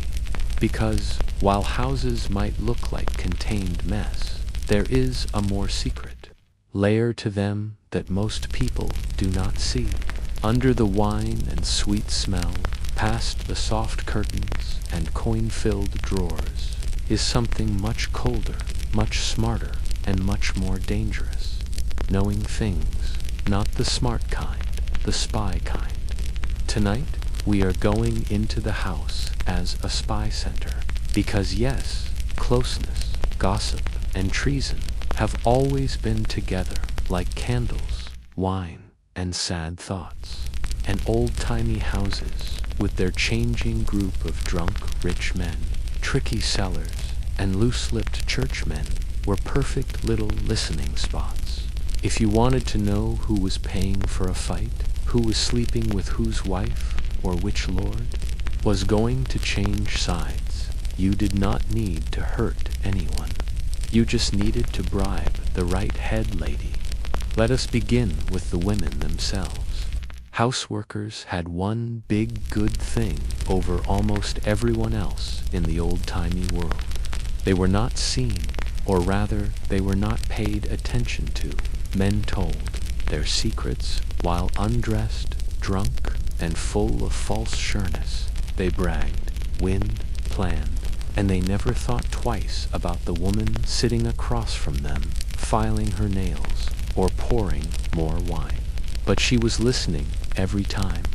Some workers had perfect memories, or almost. They remembered names, deals, strange signs on rings, the heaviness of some coin bags. Others knew how to get information out softly. Why don't you tell me about your trip, sweet lord? What were those letters your helper carried? You looked sad when you came. Want to talk about it while I braid your hair? It did not feel like questioning. It felt like flirting. That was the smart part of it. And behind them was the head lady, gathering these pieces like crumbs. The smart ones kept books that were also blackmail files. Who came, what they said, what they paid, what they asked for. One whisper here, one letter there. And all of a sudden, she had the kind of power that even bishops could not ignore. There is a well-known case from the 1400s in Florence, where a househead, lady named Tessa Dogata, was taken not for running a not-allowed house, but for having coded letters tied to a rich man's fight. During the trial, she said she did not know what the letters meant, but under pressure, said she had given them to a foreign visitor for gold. Spy, helper, pawn, hard to say, but her house had had several meetings between rivals just weeks before a failed try to kill a town leader. A coincidence? The court did not think so, and it was not always the women who were helpers. Sometimes they were hired. Kings and rich houses kept helpers in houses, put workers whose job was not just to entertain, but to watch, to write down, to trick. One letter from the papers of Charles the Bold of Burgundy gives orders to a spy named Helene, put in a Brussels house, her job, watch visiting envoys and report on any talks about trade paths or army moves. Her cover, nice and quiet, with a liking for rich men, a classic, but the game did not end at listening. Sometimes houses were used to put information. Say you want a rival lord to be seen as not loyal. Easy. Get one of his spies drunk in a house. Let him hear a faked talk about a fake plan and wait for the information to get to the wrong ears. It was bad information by candlelight. Pillow talk turned into political traps. Jokesters, too, had a part, though mostly seen as clowns. Court jokesters often were also helpers. They went where the rich men went, heard what others did not, and told their bosses with jokes full of meaning. And when a jester went with a rich man on a house visit, it was not just for laughs. He watched, he listened. Sometimes he helped move the talk to dangerous areas. There is even a strange report from the 1500s in Lubeck about a house with a secret tunnel connecting it to a nearby cellar's hall. The story is that the tunnel let messages, and sometimes people move without being seen. Mostly during times of trade stops and war. The city said it was not there.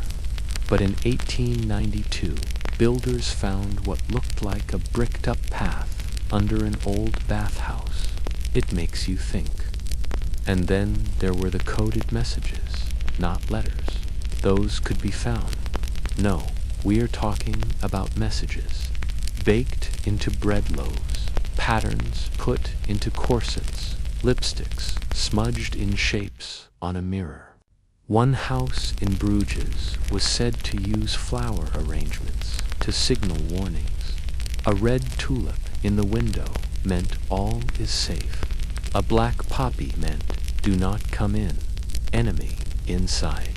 It sounds like a spy dream, but some cellar papers mention changing paths or waiting to travel because of bad flowers at the House of Lace.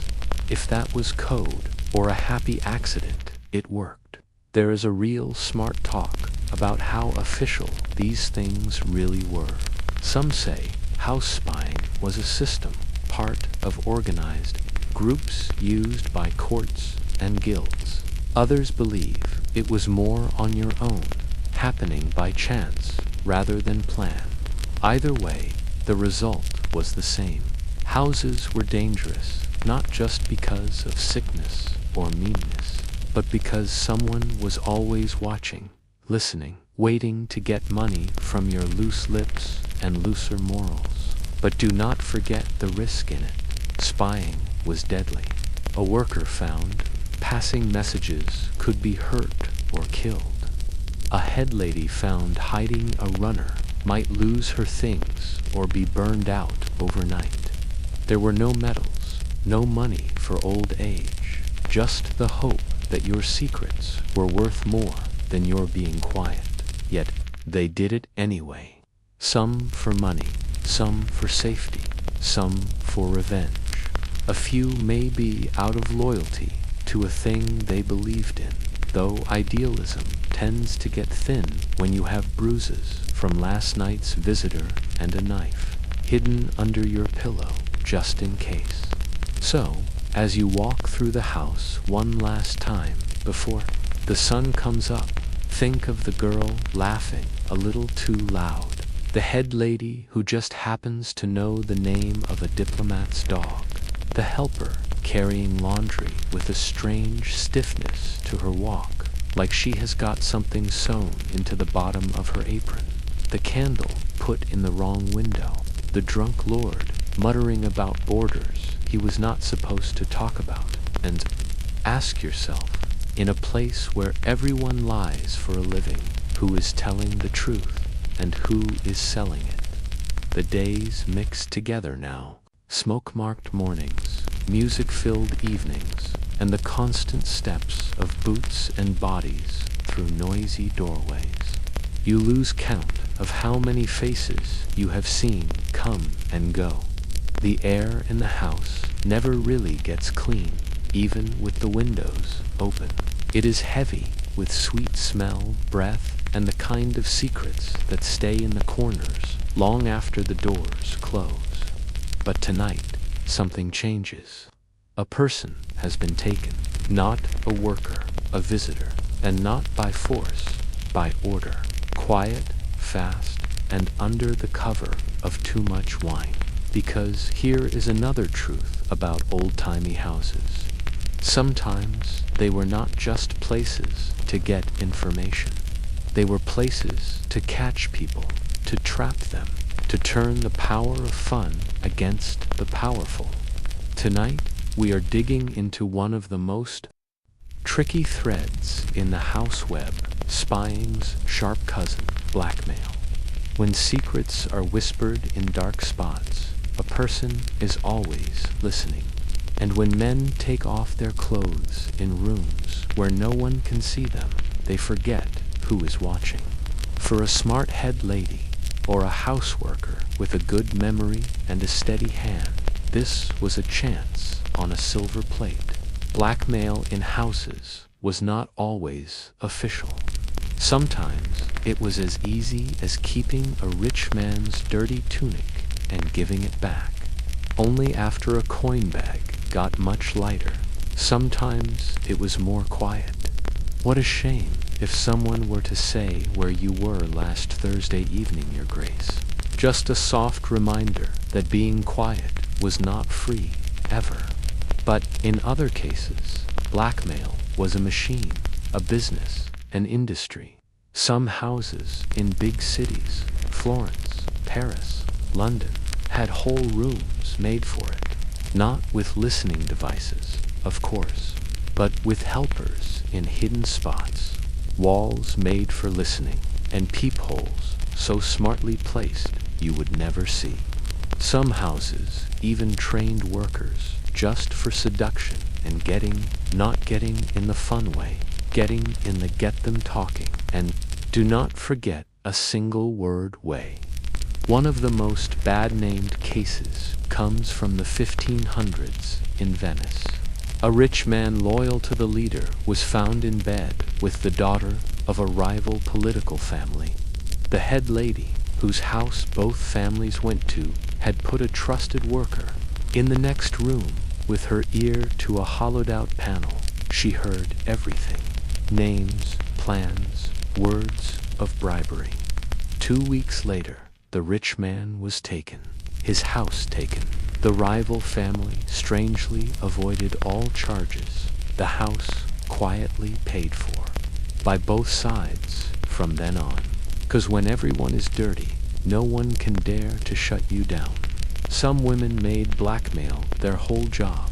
They would stop sex work and change to full-time information selling. A visitor from their working days became a sure source of money, or a sure target. Others stayed in the game, but used what they knew to move up. One very sharp head lady in London's Bankside district used the secrets of her rich visitors to buy off inspectors, get better rooms, and even get her workers access to fancy imports, fine silks, French sweet smell, Venetian shoes, and she kept books, hidden, coded, brutal books. If anyone crossed her, she opened a page. These were not just gossipy bits, either.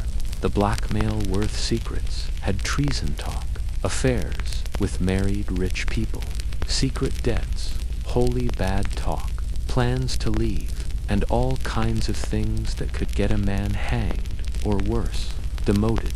And once a man paid once, he would keep paying, even if the secret got old, because the fear did not. There is a strange story from Bruges about a prostitute named Lisa, who was said to run a short-lived but very profitable side job by offering to bless visitors with rare oils. Oils she used to mark their clothing with an invisible dye that only showed under moonlight. She said it was just an old trick of the East, but really it was a way to track them. The next time one of her helpers caught a rich man in a bad spot, the faint mark glowed just enough to show he had been with her. She would never say a word unless asked, and then it came with a fee. But not all blackmail was about money.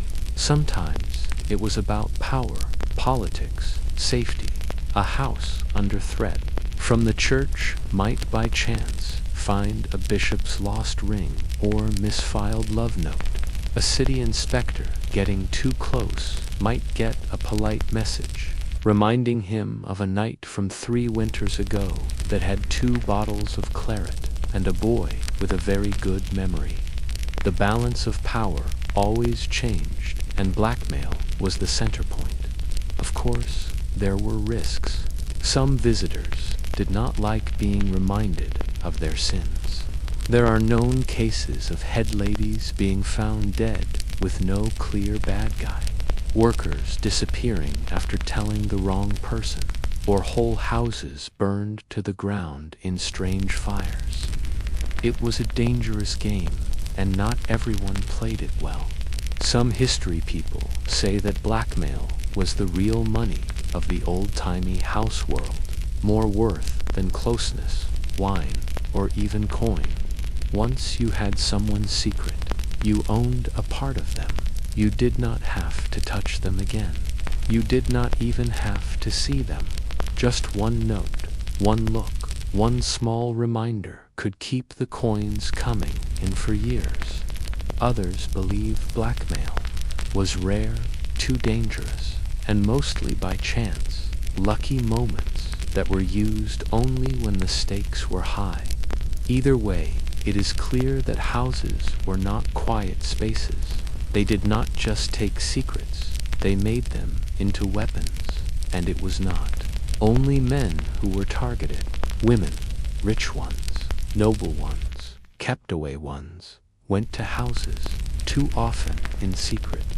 A lady of the court found visiting a female houseworker could be destroyed socially, if not by law. Some houses used that knowledge carefully, not to ruin, but to control. Keep her visiting, keep her paying, keep her scared.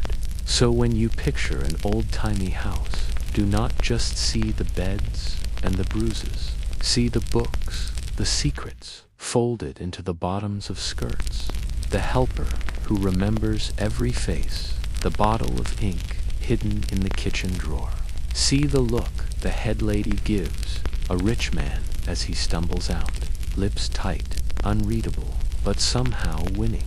Because in this house, nothing is forgotten, and everything has a price. The storm comes in just after dusk, the slow-moving sky of bruised clouds that covers the city like a wool blanket wet with fear.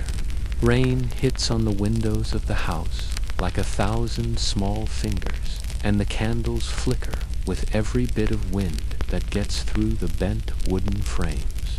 Inside, the feeling is different tonight. Quiet, watching. The laughter is soft. The wine is poured with care.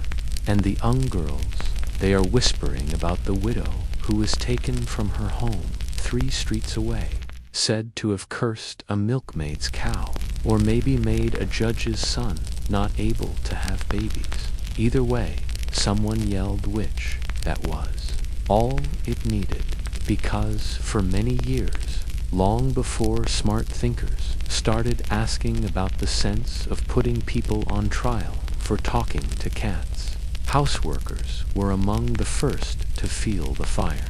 When witch-hunting fear spread through Europe, they were already outsiders, already sinners. And when fear took over a town like a fever, it always came for them first. Let us begin with what is clear. Houseworkers were always seen as very close to the edge of being good.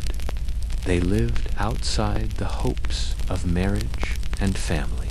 They knew things about bodies, about herbs, about the weak spots of powerful men. They used charms, oils, and pacts to keep themselves safe. They read the stars. They said prayers that were not quite Latin.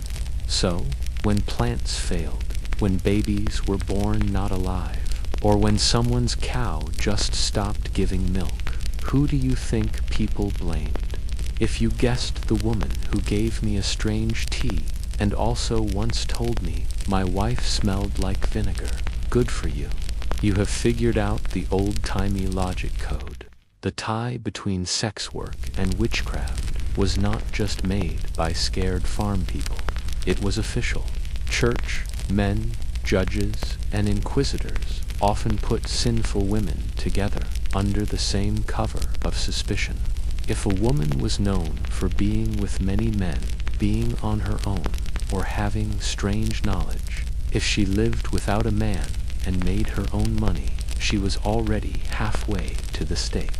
Houseworkers checked all the boxes. Some even said under torture to have learned tricks from other women, skills that, out of context, sounded a lot like spells. Take for a case the case of Marriott of Lyon, a houseworker taken in 1457 on charges of sorcery. Her crime: selling love bags, small bundles of herbs meant to make desire or care stronger. Some were made of rosemary and mint. Others had poppy seeds and dried orange peels. Pretty harmless stuff. But when a rich woman's husband got strangely sick after being seen at Marriott's place, awkwardly enough, the bags were said to be tools of demonic magic. She confessed after 3 days of questioning. She was killed. The rich woman, it should be said, was later seen with a new lover and a fancy new necklace. There is also the bad-named witch trial in Würzburg in the early 1600s, where several women tied to local houses were accused not only of being with devils, but of turning into cats to spy on men. One woman, Hilda, was said to have smiled without showing her teeth and had a mark in the shape of a snake's tail on her thigh. That was enough. She was stripped, checked, and condemned. The papers say she was burned with no sign of being sorry, which is probably hard to show when you are being roasted alive for having a weird birthmark. Here is the part that gets even more dark. Many women taken as witches were not witches at all, of course, but their confessions were taken under torture. And once one name was given, any name in desperation, it started a chain of events. Houseworkers, many of whom lived together, relied on each other and shared secrets, made easy targets. She knew how to stop bleeding. She whispered something to a man who died later that week. It did not take much. Witch hunts were about power, fear, and control. So they burned it down, both as a saying and for real. Better to destroy the place than to say it was needed. Some houseworkers tried to stay away from any sign of magic. They destroyed their herbs, burned their charm bags, and stopped giving fixes. Others leaned into the rumors, charging more for magical services, wearing black veils, or saying they spoke to spirits. There is even a strange story of a house in Transylvania. Yes, that Transylvania, where the head lady was said to style herself as a moon priestess and did candlelit rites to get clients and safety. Some called it bad talk, others called it marketing. Either way, she stayed in business longer than most and disappeared. Strangely, the same night, an inquisitor was found drowned in the river, holding a bundle of her blessing herbs. The smart talk continues. Were house workers really accused of witchcraft in large numbers? Or have the papers just made the overlap bigger? Some history people say that the tie was more symbolic than real, that society put its fears of female power onto sex workers and witches in the same way. Others point to trial papers showing a very real pattern of being hurt that targeted anyone outside normal gender roles, with houseworkers at the top of that list. Either way, the link is for sure. And it was not just in Catholic Europe. In parts of Islamic Spain, for a case, houses were also tied to magic and corruption. Local leaders sometimes called the women sorceresses of the gate, and old tales warned young men of being charmed into ruin by women who smelled of cinnamon and never blinked. Again, fear disguised as being good, control disguised as being safe. So now, as you hear the thunder roll and feel the house shake a little under a wind that does not feel completely normal, remember this. It did not take much to be called a witch, a look, a rumor, a little too much knowledge. There is something very efficient about a world that can make you both needed and disposable at the same time. The rain goes by at dawn, leaving puddles like small silver mirrors in the uneven stone streets. The sky is pale and quiet, the kind of morning that acts like last night never happened. But inside the house, nothing is forgotten. The new day means new tricks to stay alive, and the workers are already getting ready, not for bed, but for baths, or at least for the acting of bathing. Because tonight we are walking into the hot, slippery, very questionable mix of being clean and closeness, the old-timey bathhouse, or as it was often known in real life, the house with soap. Now, you are probably thinking, wait, old-timey, people did not even bathe that much, right? Old-timey folks loved bathing when they could pay for it. Public bathhouses were all over in cities and towns across Europe, and while they were officially places for being clean and healthy, they very quickly became something else completely.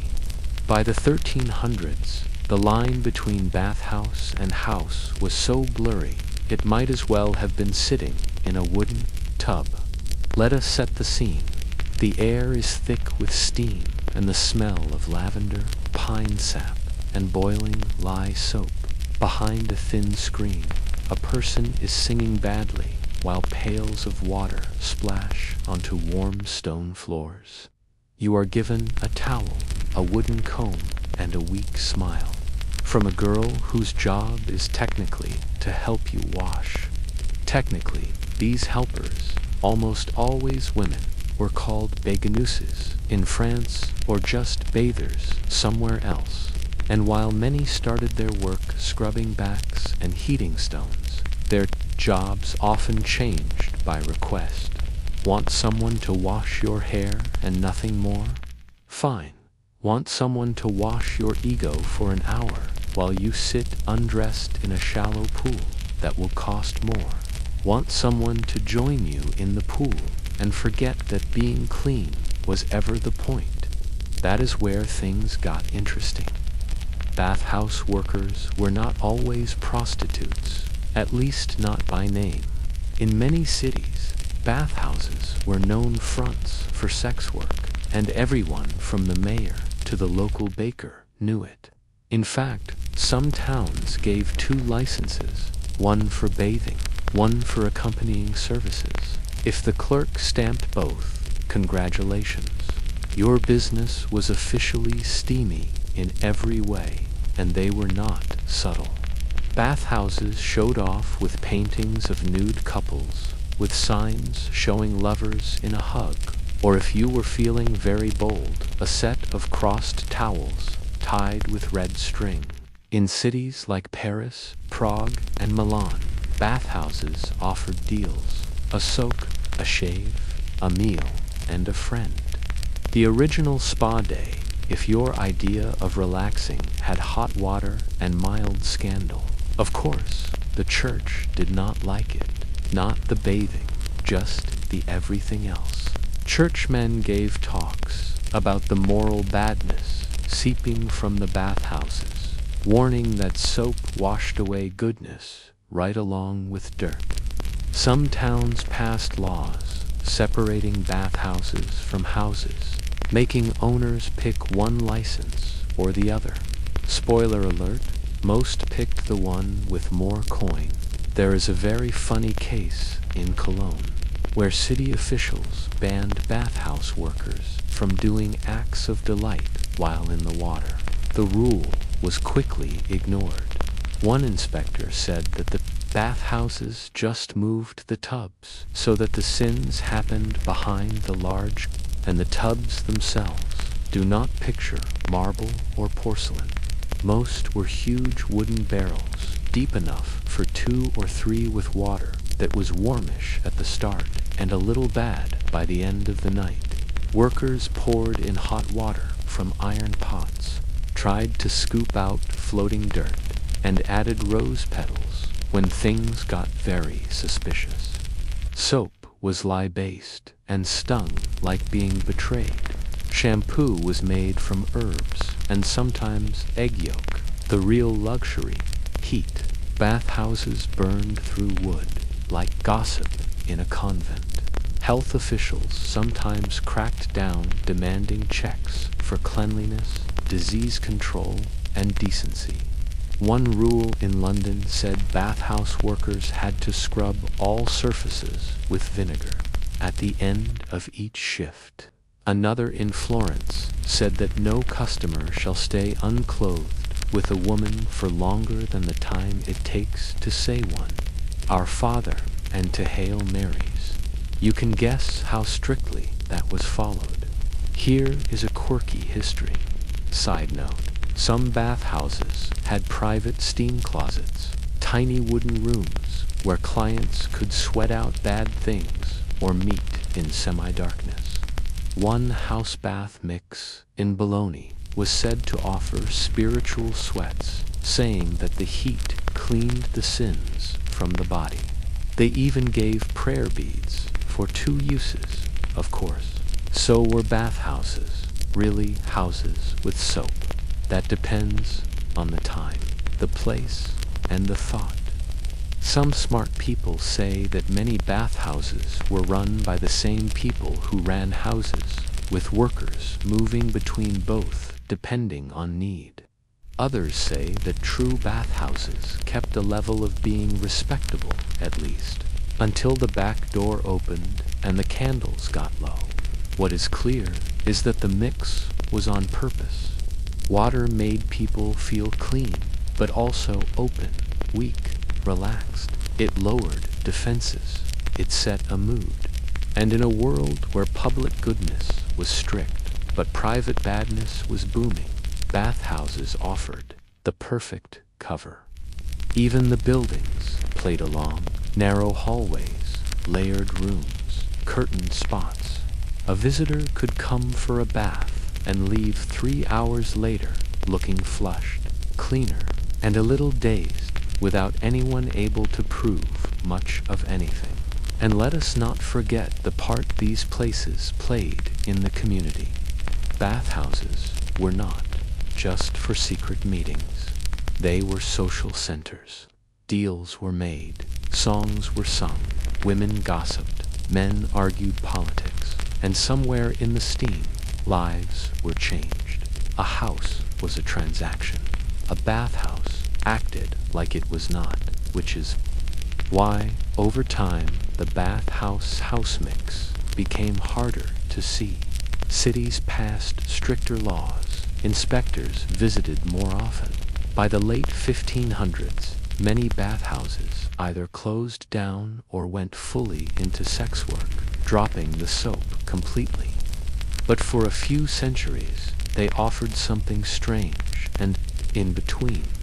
At least, not until the water got cold. So, next time you think of the Middle Ages as sad and dirty, Remember this. Someone was sitting in a warm bath with a cup of spiced wine, being scrubbed by candlelight, and thinking about whether to pay for the linen and extra friend option. And outside, a preacher stood on a corner, yelling about eternal badness, while secretly wondering if he could sneak in before the water got too cloudy. The light coming through the house windows today is sharp and golden, catching on the sides of silk sashes and hanging earrings. It shines off polished boots and drops of sweat on powdered foreheads. Today, something is different. The women are not just working, they are showing off. They walk through the common rooms with hips that say, "Look at me," and eyes that dare you to not. Their skirts are extra wide, their sleeves unnecessarily cut, and their shoes far too delicate for the stone roads outside. In short, they are dressed better than half the rich women in the city, and that is not by chance. Tonight, we are going into one of the most wild and not understood parts of house life. Fashion. Yes, fashion. Because houseworkers in old-timey Europe were not just known for their job, they were seen. And in many cities, they were required by law to be seen in very specific ways. Clothing was not just about cloth and style. It was control, rules, shame, but also somehow defiance. Let us go back a bit. In many old-timey cities, sex workers were legally required to wear special clothing to separate them from honest women. It started easy. A colored sash, a striped hood, a badge on the sleeve. But as time went on, the rules got more strange. Some cities required prostitutes to wear yellow, a color tied to sickness and shame. Others demanded bells on the bottom of dresses or cloaks with silly patterns. Florence at one point said, "On one red shoe and one black," because being the same apparently was a good thing for the morally good. These were sumptuary laws, rules that said who could wear what based on class, gender, and morals. And for sex workers, they were brutally specific.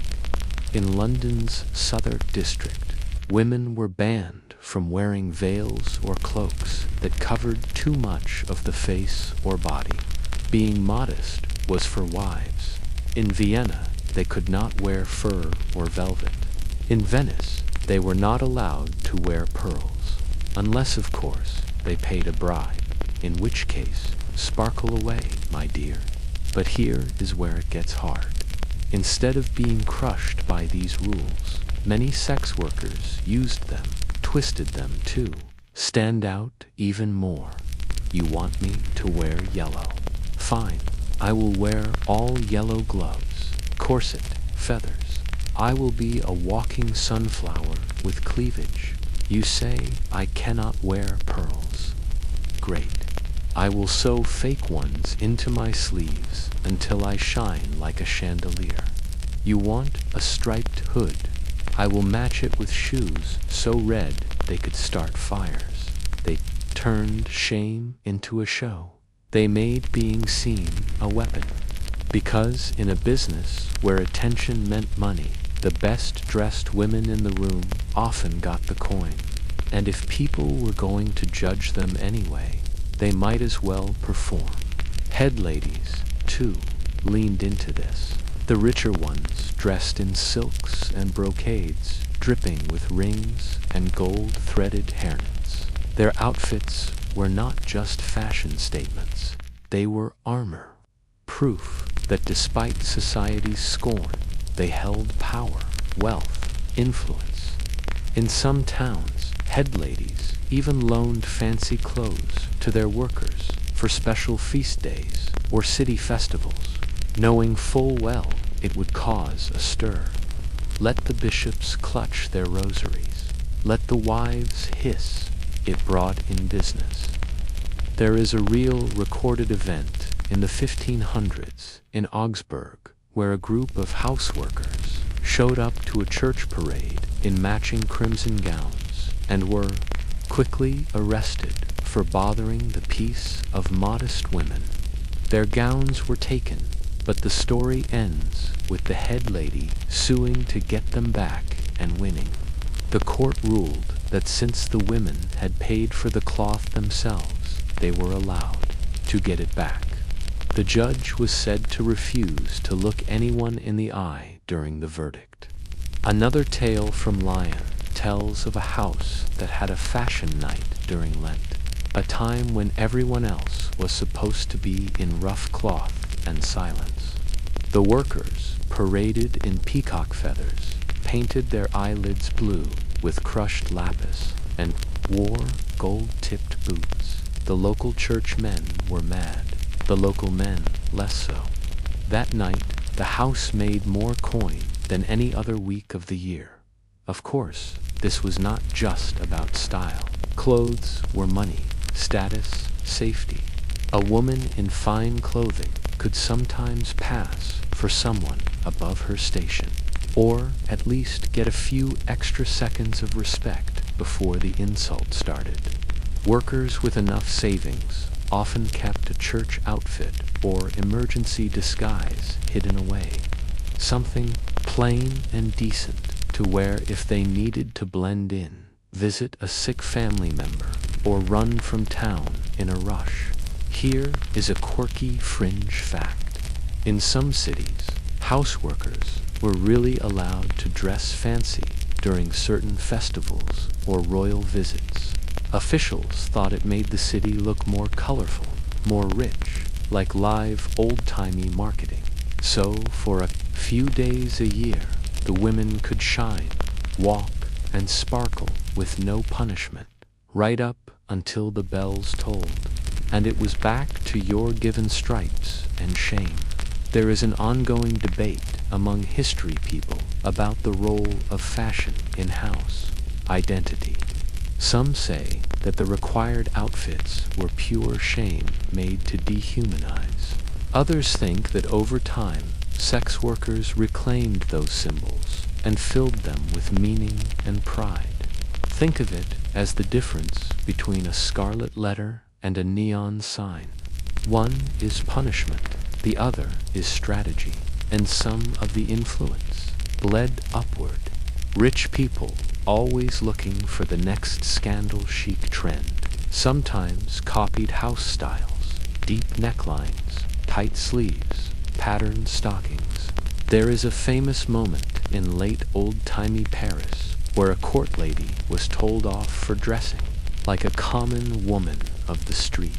She responded by making a new neckline so low it was basically an invitation, and it caught on like fire. Fashion, after all, does not care where it comes from, just how it looks. The irony. These same sex workers were often banned from wearing certain religious or ceremonial clothes, even if they had earned them. One woman in Nuremberg was refused burial in a veil she had bought with her own wages, too fine for someone of her kind. It was taken off before burial, burned. A final insult. After a lifetime of being seen but never respected, still, the power of dress stayed.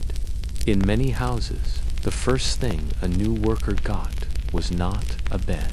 It was a set of clothes, something eye-catching, something that said, "Here I am," whether it was yellow or crimson or stitched with fake pearls.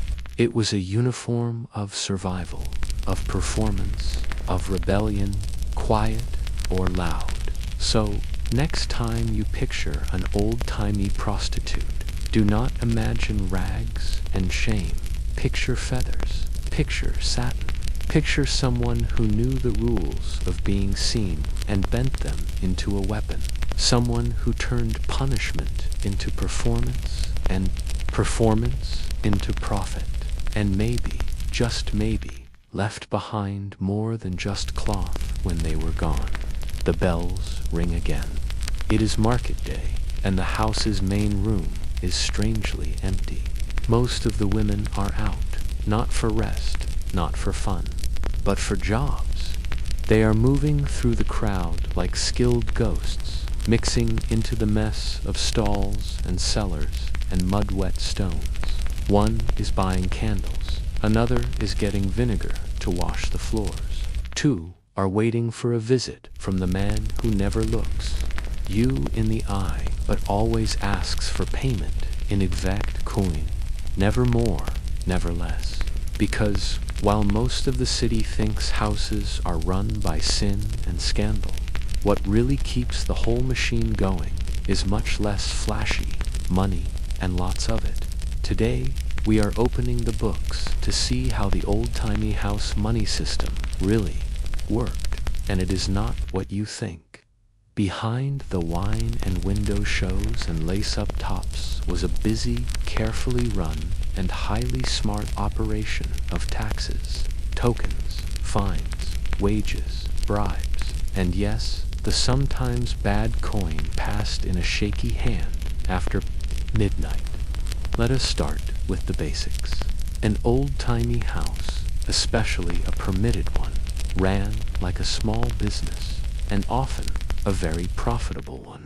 It had a manager, usually a head lady, a staff, the workers, cooks, guards, sometimes music players, suppliers, linen sellers, herb sellers, wine dealers, and overhead costs that would make even the meanest house owner sweat. Rent, candles, bedding, guards, food, drink, and clothing. Not to mention the endless line of fees from local leaders. This was not just a house of fun. It was a money ecosystem. And that is where taxes came in. In many old-timey cities, houses were taxed openly. Not just the house itself, but the workers, one by one. Some were charged a weekly license fee to work in the city. Others had to pay per client. In Toulouse, a sex worker's name might be put in. A tax book followed by the words paid for her body's work. No nice words, just numbers. And the cities, they did not complain. In fact, the taxes from houses went right into public jobs, roads, bridges, defense walls, fixes to city gates. There is even proof from the 1400s in London, where a house's tax money helped pay for the rebuilding of a fire-damaged Guildhall. A little city irony, a place condemned by preachers, but key to city budgets. Some cities got so comfy with this deal that they made whole money groups for house income. Southwark, for a case, included stew money in their official yearly books. Nuremberg had a pleasure tax funneled from licensed houses straight into the city money boxes. Even the church got its share, either through direct property owning, hello, Bishop of Winchester, or through quiet partnerships. But the coin was not always clean. A darker part of the house money system had bad currency. These were coins taken out of use, clipped, fake, or bad in some way, but still passed around in houses. Why? Because workers were not always paid in new silver. Some clients brought old coin, some brought foreign coin, some brought coin they had stolen, which did not spend well in more respectable places. So, the house became a kind of money gray zone, where anything with a faint shine might be taken, weighed, or filed down to make change. And then there were tokens in some areas, particularly in France, and parts of the Low Countries houses gave their own jetons, small stamped pieces of metal, wood, or bone, used instead of coin. These tokens could be bought at the front for timed drinks or services. Think of them as old-timey drink tickets, but for much less wholesome events. They offered a layer of being quiet for clients who did not want to be seen passing cash right into a head lady's hand. and they helped control stealing inside the house. Head ladies kept detailed books of everything. Who owed what? Who had not paid? Who got a discount for bringing wine? Who got banned for not tipping? One house in Frankfurt even had late fees. If you paid for 30 minutes and stayed for 45, they would charge more. Unless, of course, you were a rich man. Rich men rarely paid late fees, but they always drank the expensive wine. The workers themselves often got only a part of the money. A share went to the head lady, a share to the house, a share to the local guards for safety, and a share to the taxman, who did not care if your wrist hurt or your boots had holes. If you were lucky, you kept enough to eat well and maybe save up for a shawl without holes in it. If not, you borrowed from whom? The head lady, who added interest. This debt cycle was brutal. Many workers got trapped, not able to leave because they owed too much for clothing, bedding, or medicine. In some cities, they could not legally leave without paying their debt in full. Others required an exit fee, paid either by the worker or sometimes by a helper. And no, the city did not care if that helper was a creepy baron with bad plans. Here is a quirky fringe detail. In parts of Spain, houseworkers paid their taxes in things rather than coin. Jars of olive oil, sacks of grain, bolts of cloth. These were given to city warehouses and given out to churches or charity kitchens. So the food eaten by orphans might have been indirectly paid for by someone named Clara with very strong thighs and a skill for upselling wine. Even stealing and fines became part of the money machine.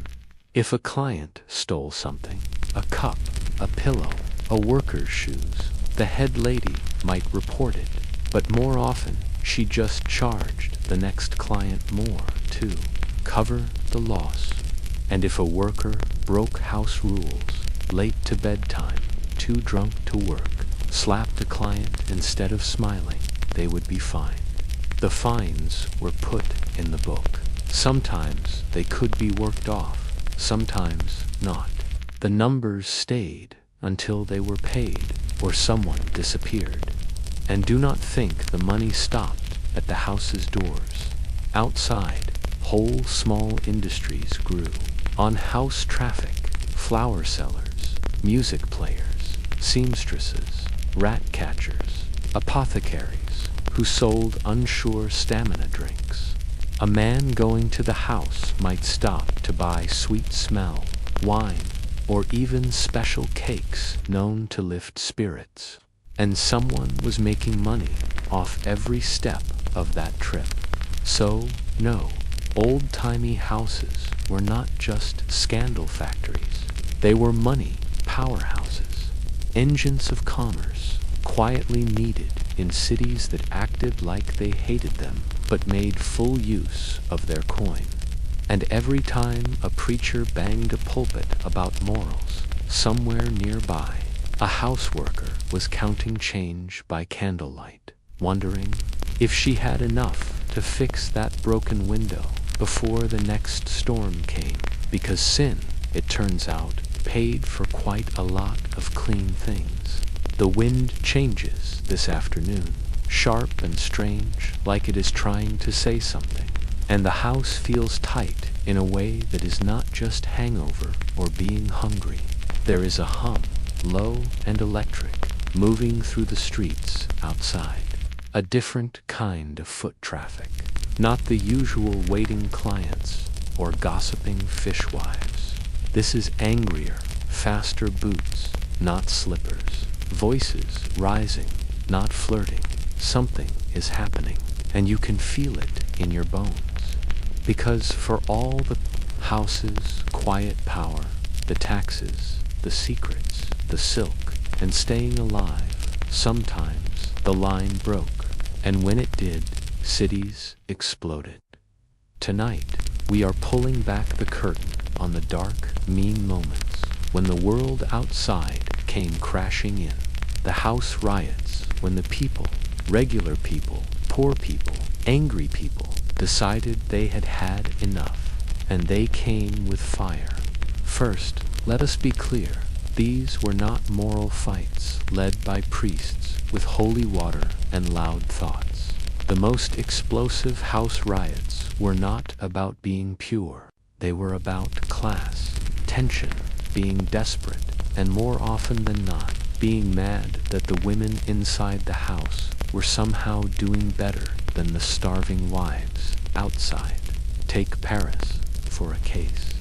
In 1391, a crowd of women stormed a licensed house near the Rue Saint. They smashed windows, tore down curtains, and beat one of the workers with a broom handle. Why? Because her dress was nicer than theirs. Because they saw her leaving the market with fresh cherries. Because their husbands had been spending money there while their own children ate dry crusts at home. It was not about religion. It was rage, plain and raw. And the house was not just allowed. It was protected by city officials, by guards, by landlords who quietly enjoyed the taxes. That protection made people furious when the rest of the city was suffering during food shortages, plagues, or political unrest. Why were they still working? Why did they still have coin? Sometimes riots began after a single event. A client beat a girl too badly. A worker insulted a respectable woman in the street. A noble son got too drunk, too loud, too arrogant, and the townsfolk had simply had enough. They gathered torches, broke the doors, pulled women out by their hair. It happened in Ghent. It happened in Lyon. It happened in Norwich, where one of the oldest licensed houses in town was completely burned to the ground in 1450 during a riot that started over bread prices. Here is the twist. Sometimes these riots were not against the house workers. They were led by them. Not all the women inside were helpless or happy.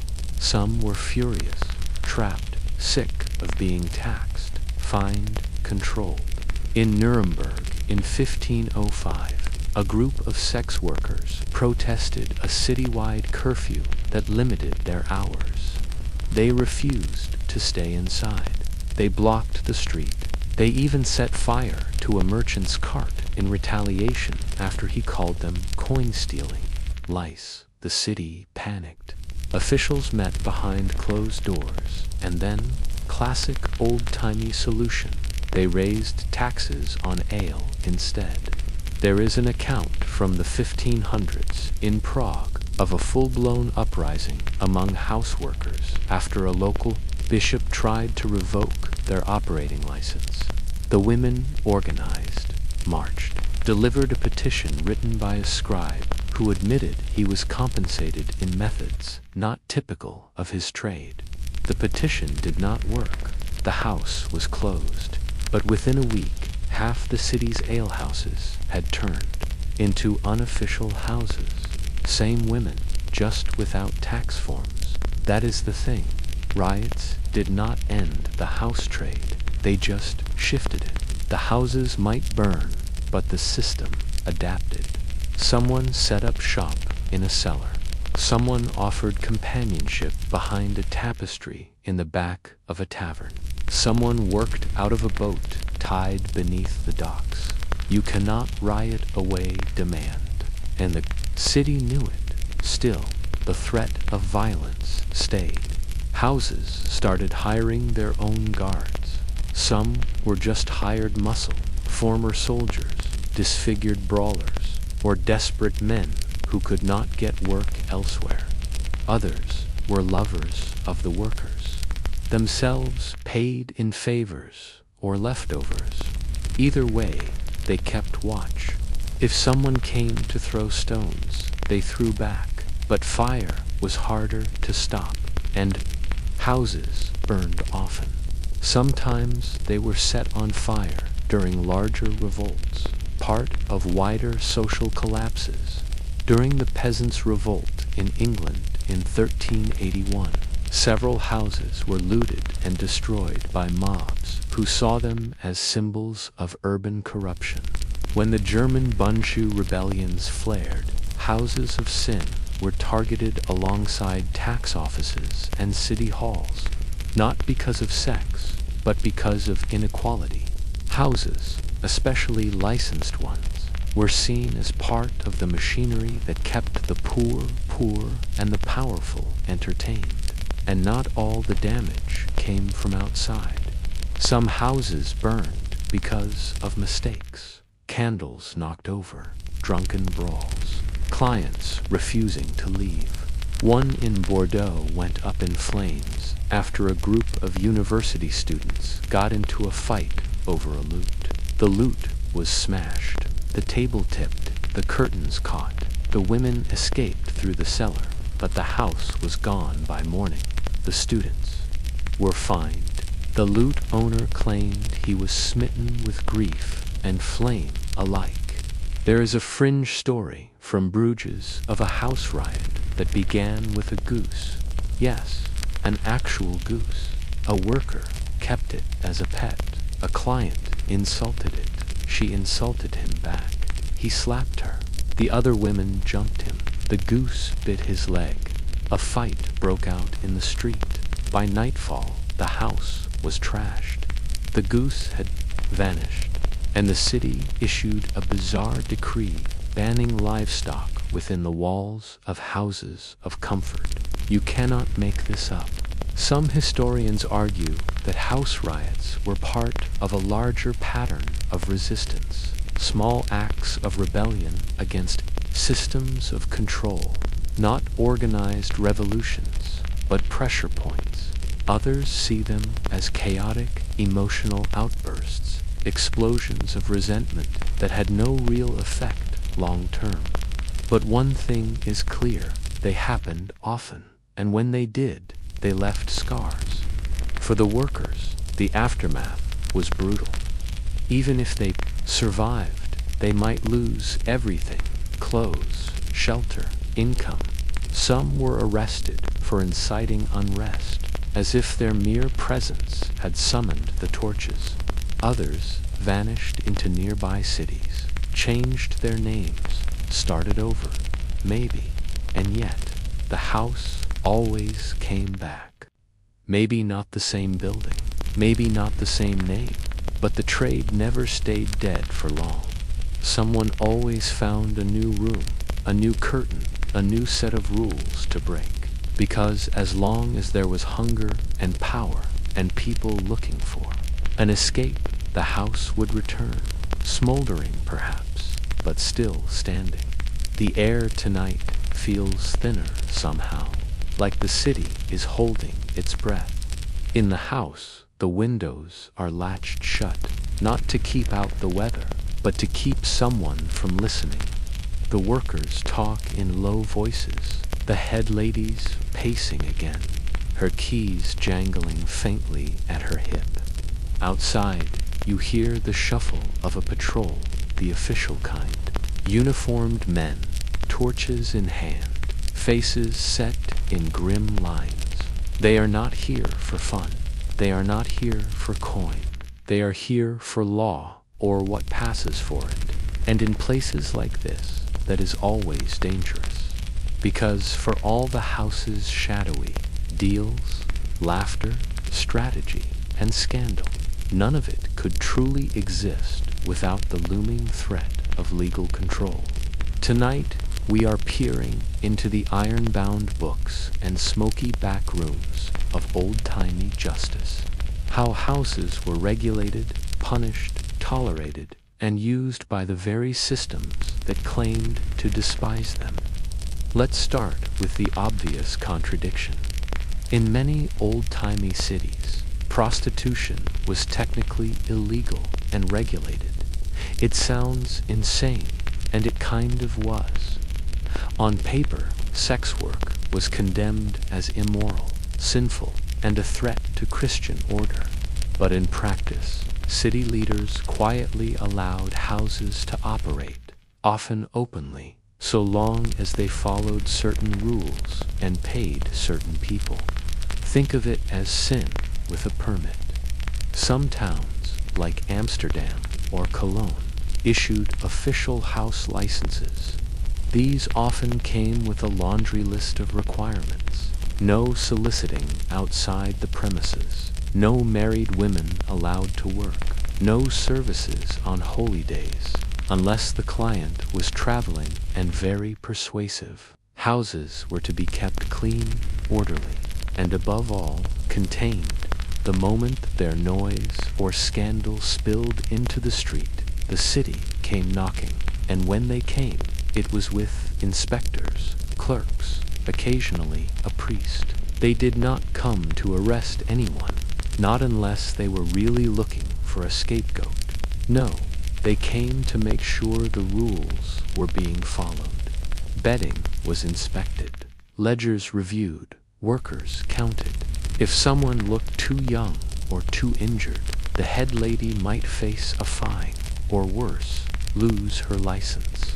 But as long as the house paid its taxes, did not get too loud, and did not host any nobility too publicly, the inspectors mostly just nodded and moved on.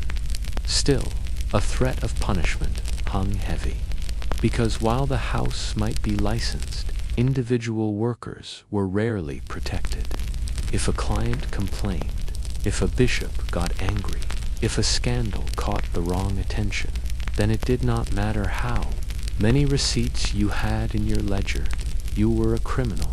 One of the most common charges, disorderly conduct, a conveniently vague phrase that covered everything from talking back to a client to fighting in the street to wearing the wrong shoes on the wrong day. Women could be fined, jailed, or even flogged publicly for being too visible. And if someone claimed you had tempted a married man into sin, that was your crime, not his. In some cities, women arrested for prostitution were marched through the streets in humiliating penance processions, barefoot, head shaved, signs around their necks. In others, they were locked in correctional houses where they were retrained to be laundresses or servants. These institutions were brutal, underfunded, and often just prisons in disguise. There's a notorious case from Avignon in the early 1400s where a houseworker named Beatrice was arrested after an argument with a visiting cardinal. She had allegedly mocked him after he could not perform. Her punishment, public whipping, followed by forced relocation to a monastery for moral correction. She escaped after 3 weeks. Rumor has it, by disguising herself as a nun. The cardinal was promoted, but punishment was not always physical. Sometimes it was financial. If a woman tried to leave a house with debts unpaid, the city could block her from taking other work, or worse, they could mark her as a habitual harlot, a phrase that shows up disturbingly often in legal records, and banish her altogether. Some ended up wandering, working under false names in towns where no one knew their faces. Others did not make it out. And then there were the show trials, the ones where someone, usually a wealthy client, needed a distraction from a larger scandal. In those cases, a house would suddenly find itself under siege. The head lady arrested, the workers interrogated, sometimes tortured. The client's name never appeared in the records, of course, but the fallout always did. One fringe case from Milan involved a magistrate who, after being accused of embezzlement, redirected attention by claiming he had uncovered a demonic circle of carnal corruption operating in a house on Via della Ruota. 4 women were arrested, 2 were imprisoned without trial, 1 disappeared. The magistrate kept his job for 5 more years. Despite this, houses also used the legal system when they could. Smart-head ladies cultivated relationships with local officials, offering them discounts, discretion, or even flat-out bribes. Some even kept favor books where they noted which officials liked which services. Not blackmail exactly, just leverage. If you knew a judge preferred brunettes and always left his gloves behind, well, maybe your tax inspection could wait another month. Cities were often complicit. They needed houses to manage what they saw as male appetites. Better the sin be contained than spread across alleyways and behind church pews. So houses were quietly encouraged, even protected, and when city leaders cracked down, it was almost always performative, burning one house to show piety, while 3 more opened across the river. There is an ongoing scholarly debate over whether houses were truly legal in the Middle Ages. Some historians argue they were simply tolerated, part of the gray area where necessity outweighed morality. Others point to city records and licenses as proof of de facto legality. But both sides agree on one thing. The law did not protect the women. It used them, and the irony, the same church that railed against prostitution sometimes owned the property houses stood on. In southern London, many houses were technically on land owned by the Bishop of Winchester, which meant the women working there were nicknamed Winchester geese. They paid rent to the church. They were buried outside consecrated ground. So, tonight, as the last patrol clatters past the house, and the head lady finally unclenches her jaw, you understand the game. This place exists not in spite of the law, but because of it, maintained by it, trapped by it, a balancing act of survival and silence. Because in the old-timey world, justice was not blind. It saw everything.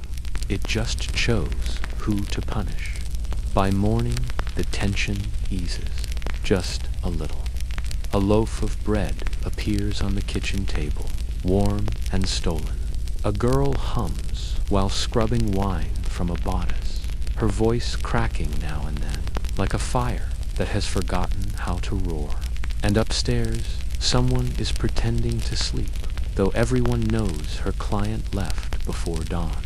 Life in the house does not stop just because the world outside clenches its fists. It adapts, it adjusts, and sometimes it even mourns quietly, carefully behind locked doors. Because for all the sex, politics, scandal, and coins passed under candlelight, the people inside these walls were still human. They got sick, they got tired, and they died. So tonight, we are doing something different. We are slowing down. We are walking past the painted faces and pulled up skirts and into the quieter corners of old-timey houses where grief lived like an uninvited tenant. We are talking about death.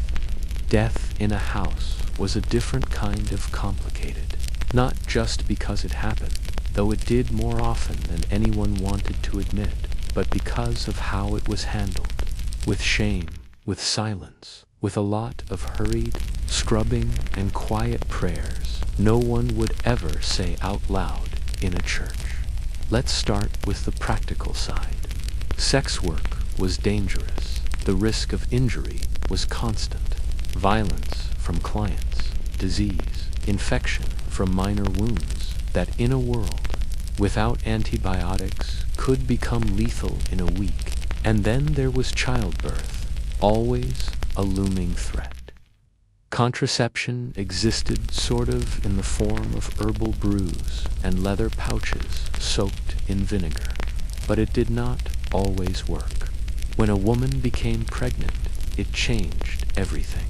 Some tried to hide it, others fled. Some did not survive the birth, and when a worker died, the city did not exactly offer a eulogy. In many old-timey towns, prostitutes were denied burial in consecrated ground, too sinful, too tainted.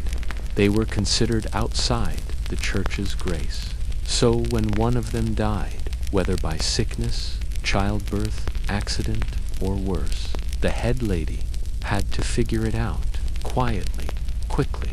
In Southwark, bodies were often buried on the outskirts in what is now called Crossbones Graveyard. No headstones, no names, just a shallow trench and a handful of stolen prayers. A few coins, if they were lucky, a ribbon, maybe something soft in a world that rarely was. There is a record from 1389 of a young woman in Bruges who died from fever after being locked in a room with a violent client for 3 days. When her body was found, the house's head lady was fined for failing to report the death in a timely fashion, not for the death itself. The woman was buried at night by 2 workers, who reportedly used a broken cart and a single candle. Her name never made it into the city registry. Some houses kept their own small burial plots, unmarked and hidden behind hedges or beneath orchards. These were not official, they were personal. Head ladies sometimes planted herbs or wildflowers over the graves, rosemary for remembrance, lavender to keep the air sweet. Workers passed the spots without speaking, but they knew. And when someone went missing and did not return, they would glance out toward the garden with a kind of hollow understanding. Of course, not all deaths were quiet. When disease swept through a city, plague mostly, but also smallpox, dysentery, sweating sickness, the houses were hit hard. Bodies in close contact, poor ventilation, reused linens, and clients who came from everywhere and brought everything. During the Black Death, many houses simply closed, either by force or by fear. Some head ladies fled, taking what money they could. Others stayed and died alongside their workers. One fringe story from Avignon tells of a house where every woman but one succumbed to the plague within a week. The survivor, Agnes, supposedly locked the door from the outside, left a note carved into the wall, "God forgive us all," and disappeared. Years later, someone claimed to have seen her working in a convent kitchen, silent and gray-haired. Whether it is true or not, the story stuck. A ghost tale for hard times. But here is the part no one talks about. Despite all the fear and shame around house deaths, there was also community. These women cast out, mocked, fined, and labeled, cared for each other when no one else would. When someone got sick, another woman sat by her side. When someone broke down after losing a child or being beaten, there was usually a quiet hand on the shoulder, a cup of something warm, a wordless kind of comfort. They grieved together, and sometimes they laughed through it. Not because it was funny, but because laughter was a rebellion against everything they were not supposed to feel. Some houses held their own rituals for the dead. A candle left burning in the window overnight. A scrap of clothing pinned to a wall like a whisper of the person who had worn it. On certain days, someone would pour wine onto the ground just outside the front step. For the girls we lost, they would mutter. No one asked questions. Everyone understood. And when a worker died with no one to mourn her, no family, no lover, no clients who remembered her name, it was often the head lady who did what little could be done. A small bundle of coins placed in a cloth, A cheap wooden cross laid gently over the grave, not out of sentiment, maybe, but out of obligation, respect. A nod to the fact that whatever else you thought of these women, they worked, they endured. They survived longer than anyone expected, until they did not. There is a debate among scholars about whether these death rituals were common or exceptional. Some argue that most house deaths were erased, forgotten, buried, wiped away like stains from a floor. Others insist that there was an underground culture of care, quiet but strong, passed from head lady to head lady like a worn key. Either way, traces remain, unmarked graves, ledger notations, a single rosebush growing behind a house wall that no one can remember planting, and the clients were rarely involved. When a girl died, the men who had paid to lie with her rarely asked questions. Some did not even notice she was gone. Others just moved on to someone younger, someone new. A few brought wine. Fewer still left coin for her family, not knowing she had not seen her family since the day she crossed the city gates with 3 coppers and a shredded pair of shoes. So next time you picture an old-timey house, do not forget this part. Do not forget the women who did not make it to old age, the ones who did not become head ladies or run away to farmsteads or marry the 3rd son of a lonely baron. Do not forget the women who stayed, worked, gave everything, and then were quietly gone. Because for every story of scandal, there is a shadow behind it. And sometimes that shadow is just a name no one speaks anymore. The scent of damp earth still clings to the corners of the house, even though the rain stopped yesterday. A pair of muddy boots sits by the back door, and no one is claiming them.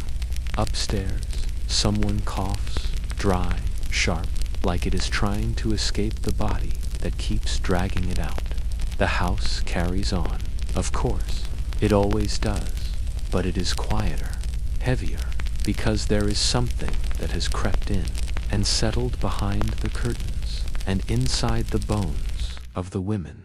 Age. Tonight, we are walking into one of the most uncomfortable, least discussed realities of old-timey house life. The question of what happens when you are no longer young. Because in a trade built on fantasy and appearance, age was its own kind of death. Sentence, slow, silent, and sometimes worse than the real thing. Let us start with the simple fact. Sex work in the Middle Ages did not come with retirement plans. There were no pensions for prostitutes, no guilds offering old age support, no safety net if your knees gave out or your back stopped cooperating. A worker in her 30s, let alone her 40s, was considered past her prime. And in an era where people died in their 30s anyway, aging out happened fast. It did not matter how skilled you were, how many secrets you knew, or how many songs you could sing with your mouth full of wine and your eyes full of tears. The clients wanted youth, plump cheeks, high voices, smooth thighs. Age brought lines, scars, aches.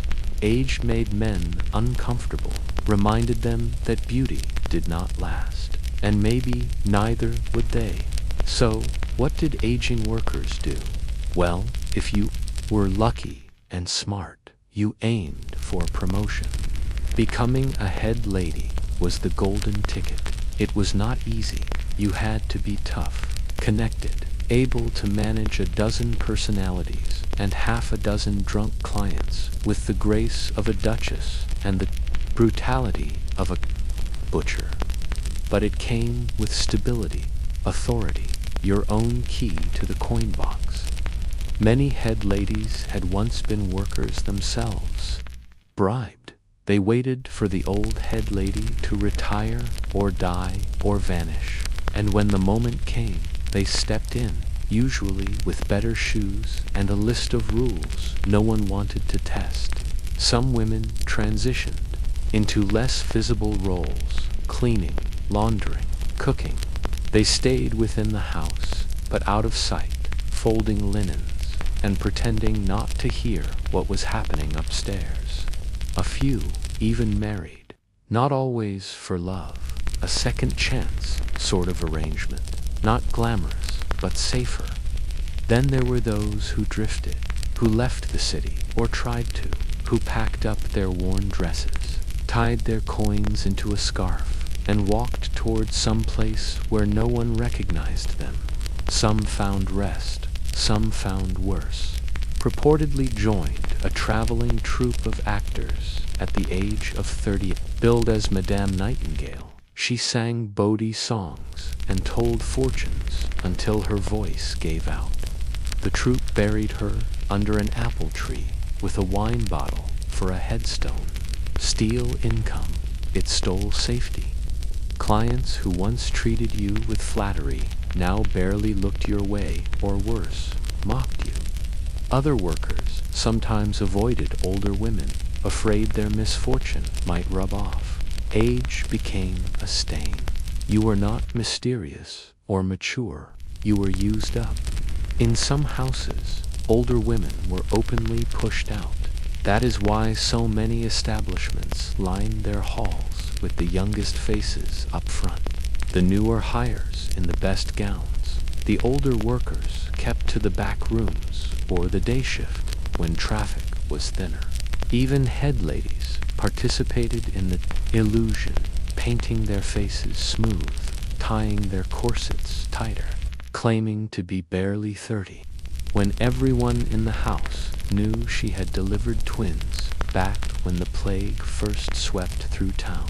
There is a quiet cruelty in it, the way these women who had given their best years, sometimes their only years, to the trade were slowly erased from it, not through scandal or punishment, but through the simple, unrelenting march of time. Some resisted. Some older workers embraced their experience, offering companionship over novelty, conversation over acrobatics. They catered to clients who wanted more than just skin, men who were lonely or widowed or too tired for the chase. Is a fringe tale from Rouen of a woman named Colette who claimed to be the oldest lover in France. She charged twice as much as the younger girls and had a waiting list. No one knew her real age or cared. Cruel clients or crooked guards, they became unofficial mothers in a place where no one ever got to be a mother. Not fully, not safely. Historians still debate how widespread these experiences were. Some argue that the average houseworker did not live long enough to age out. Others suggest that many transitioned smoothly into other trades or relationships. But fragments of letters, records, and oral traditions suggest something else, that many just disappeared. Not dramatically, just slowly. One day, no longer at the table, one day, no longer behind the curtain, and no one talked about it. That is the part that lingers, the silence. Because the house was not built for old age. It was not designed to hold women past their peak. It consumed youth, converted it into coin, and moved on. Clung to scraps of dignity, found moments of love, stared back at the mirror and whispered, "Still here." So tonight, as you hear footsteps past the door, heavier, slower, the tread of someone who has walked this floor 1,000 times, remember her, not the girl in the lace, not the one giggling on the client's lap. She is not gone yet, and she has got stories you would not believe. There is a hush tonight that is not fear or fatigue. It is anticipation, the kind that prickles at the back of your neck. Someone is arriving.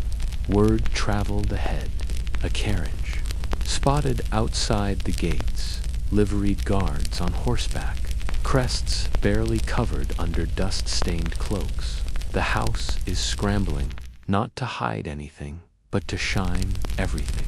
The candles are lit, the finest wine is uncorked, and the newest girl has been bathed twice, even though she is still shaking. Survival.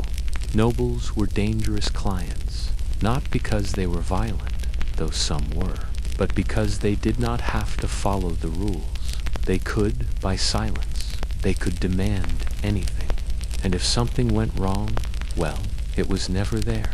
Name that ended up on the warrant. So, tonight, we are pulling back the velvet curtain on the elite customers. Those who entered houses not in secrecy, but with entitlement, and how their presence shaped everything, from business to fear. Let us be clear, nobles loved houses. Dukes, bishops, knights, fresh off campaigns.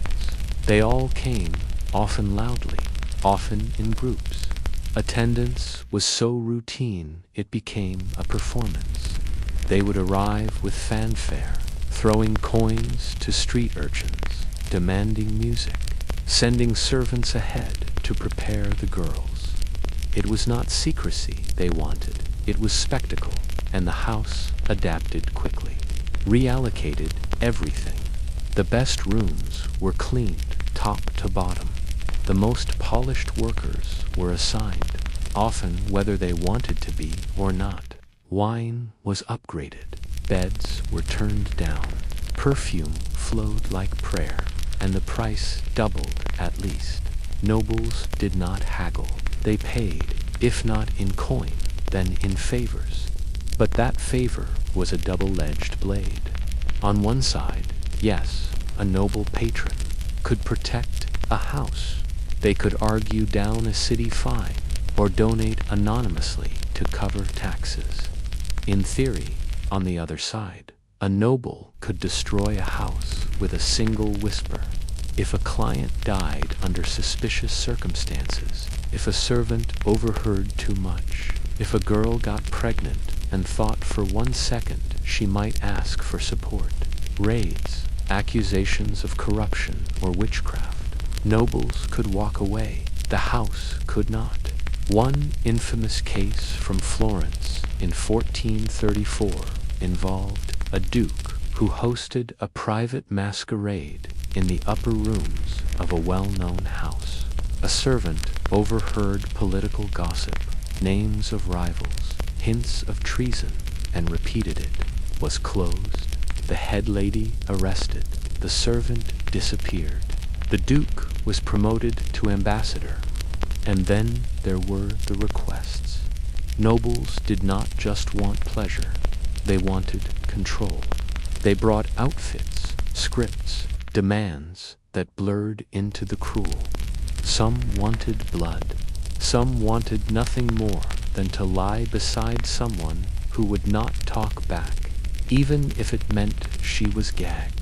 And the girls could not say no, not easily, not when the man in the room could buy a dozen more of you before breakfast. Still, some women learned how to turn noble visits to their advantage. They flattered, strategically, listened carefully. A well-placed word, a well-timed secret could keep the house safe for months. There is a recorded case in Paris of a houseworker named Isabeau who brokered peace between two rival lords through pillow talk. She lived like a queen for 6 months before disappearing under unclear circumstances. Nobles also influenced fashion. When a countess began painting her lips with crushed berries, suddenly the housegirls did too. When a knight arrived with silk from the east, the head lady tracked down the same fabric within a week. Nobility brought trends, gossip, even language. Some houseworkers learned multiple tongues, French, Latin, even Arabic, just to keep up. And then there were the clients who were not nobles, but pretended to be. They would arrive with borrowed cloaks, fake crests, big talk about titles that did not exist. The girls usually spotted them quickly. The boots gave it away.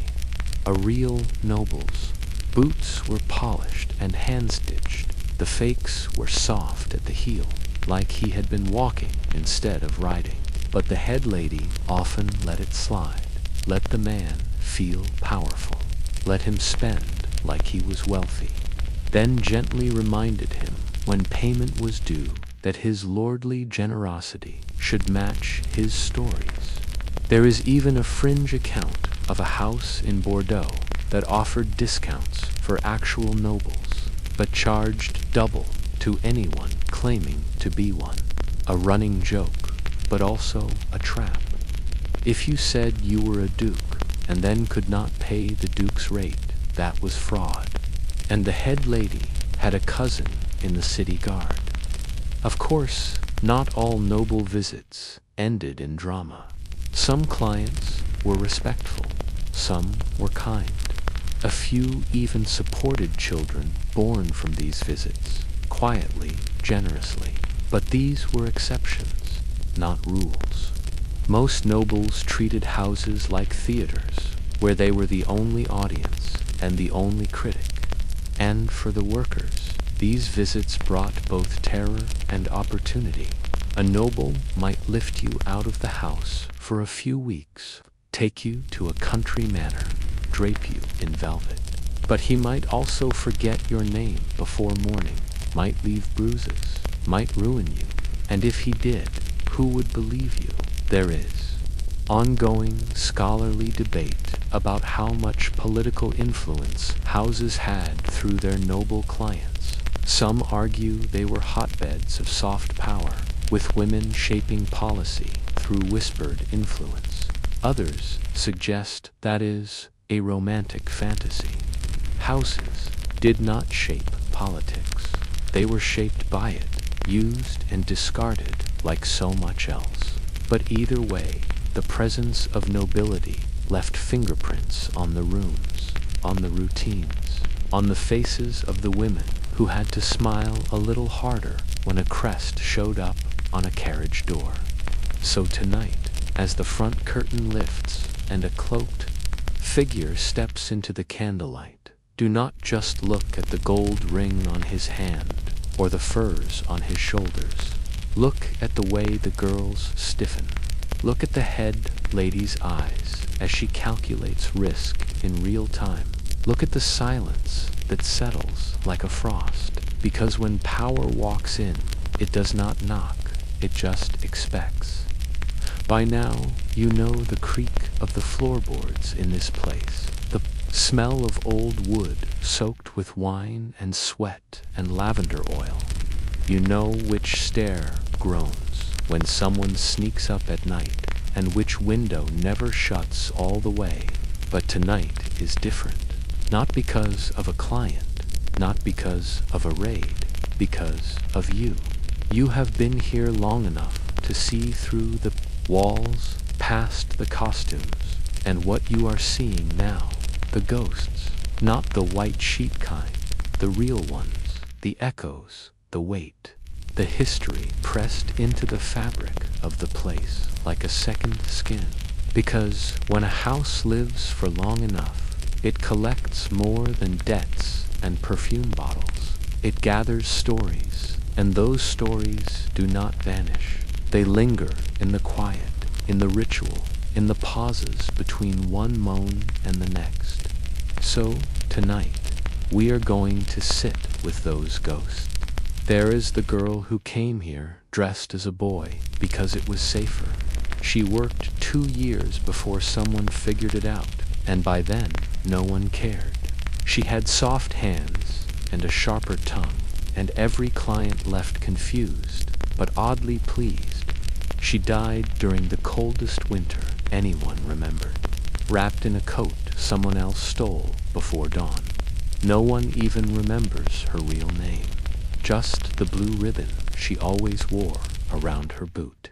There is the woman who saved up every coin she ever made, buried them in clay jars under her mattress, and ran away with the traveling scribe.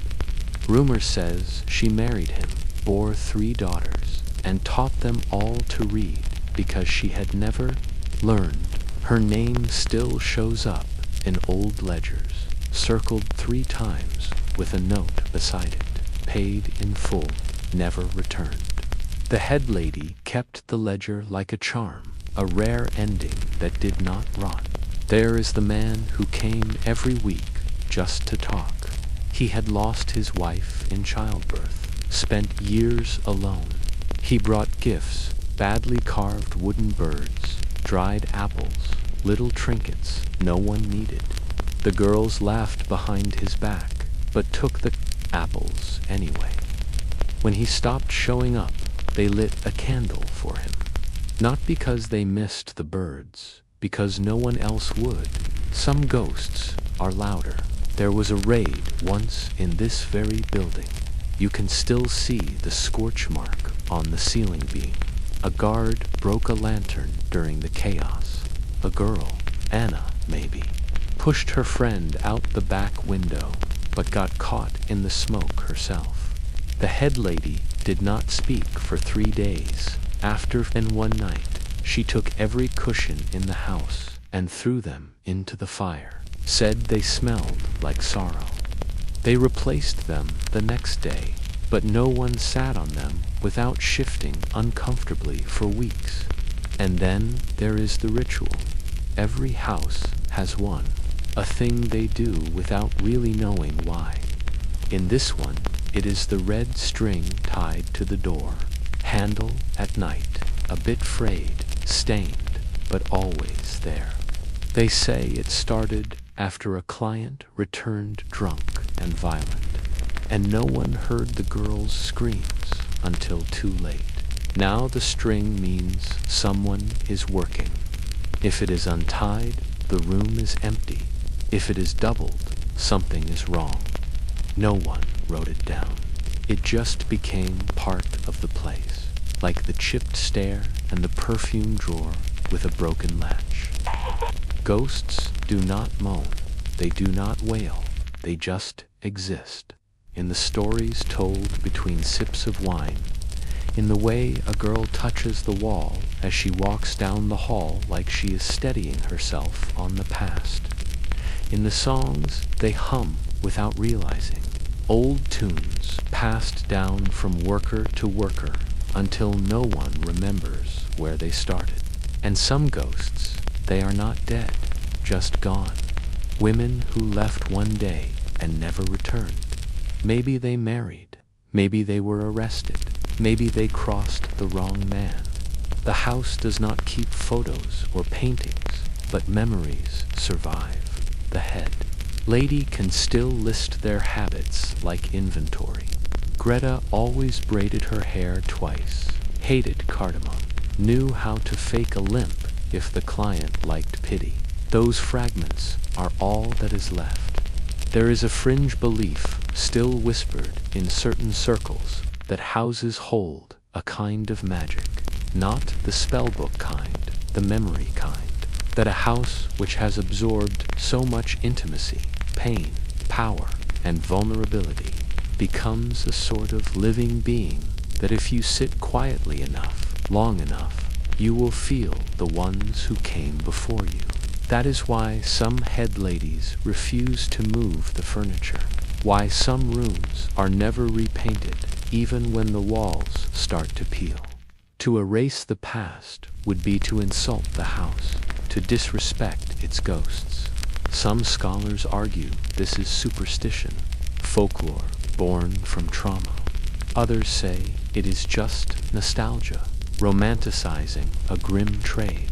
But neither theory explains the patterns, the little rituals, the names scratched into beams, the coins left under mattresses long after their owner is gone.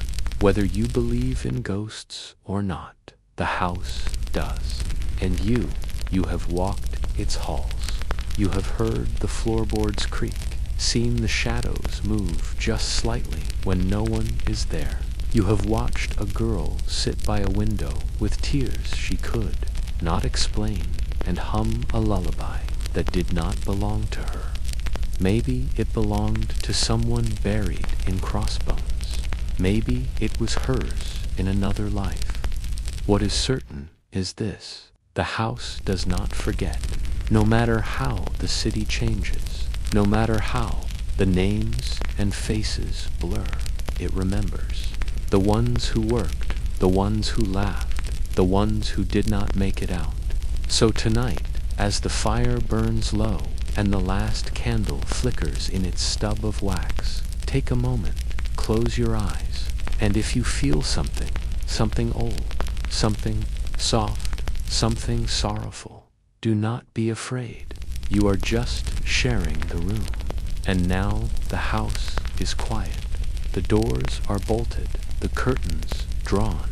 Somewhere a lone candle still flickers on a windowsill, just enough light to remind the night someone is awake.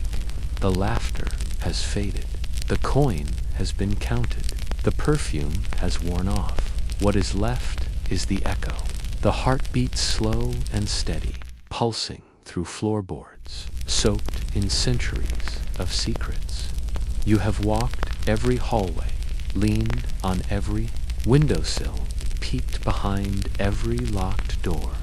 You have seen the truth, more than just the trade, more than just scandal or shame. You have seen people, clever, defiant, wounded, beautiful in ways no painting ever captured.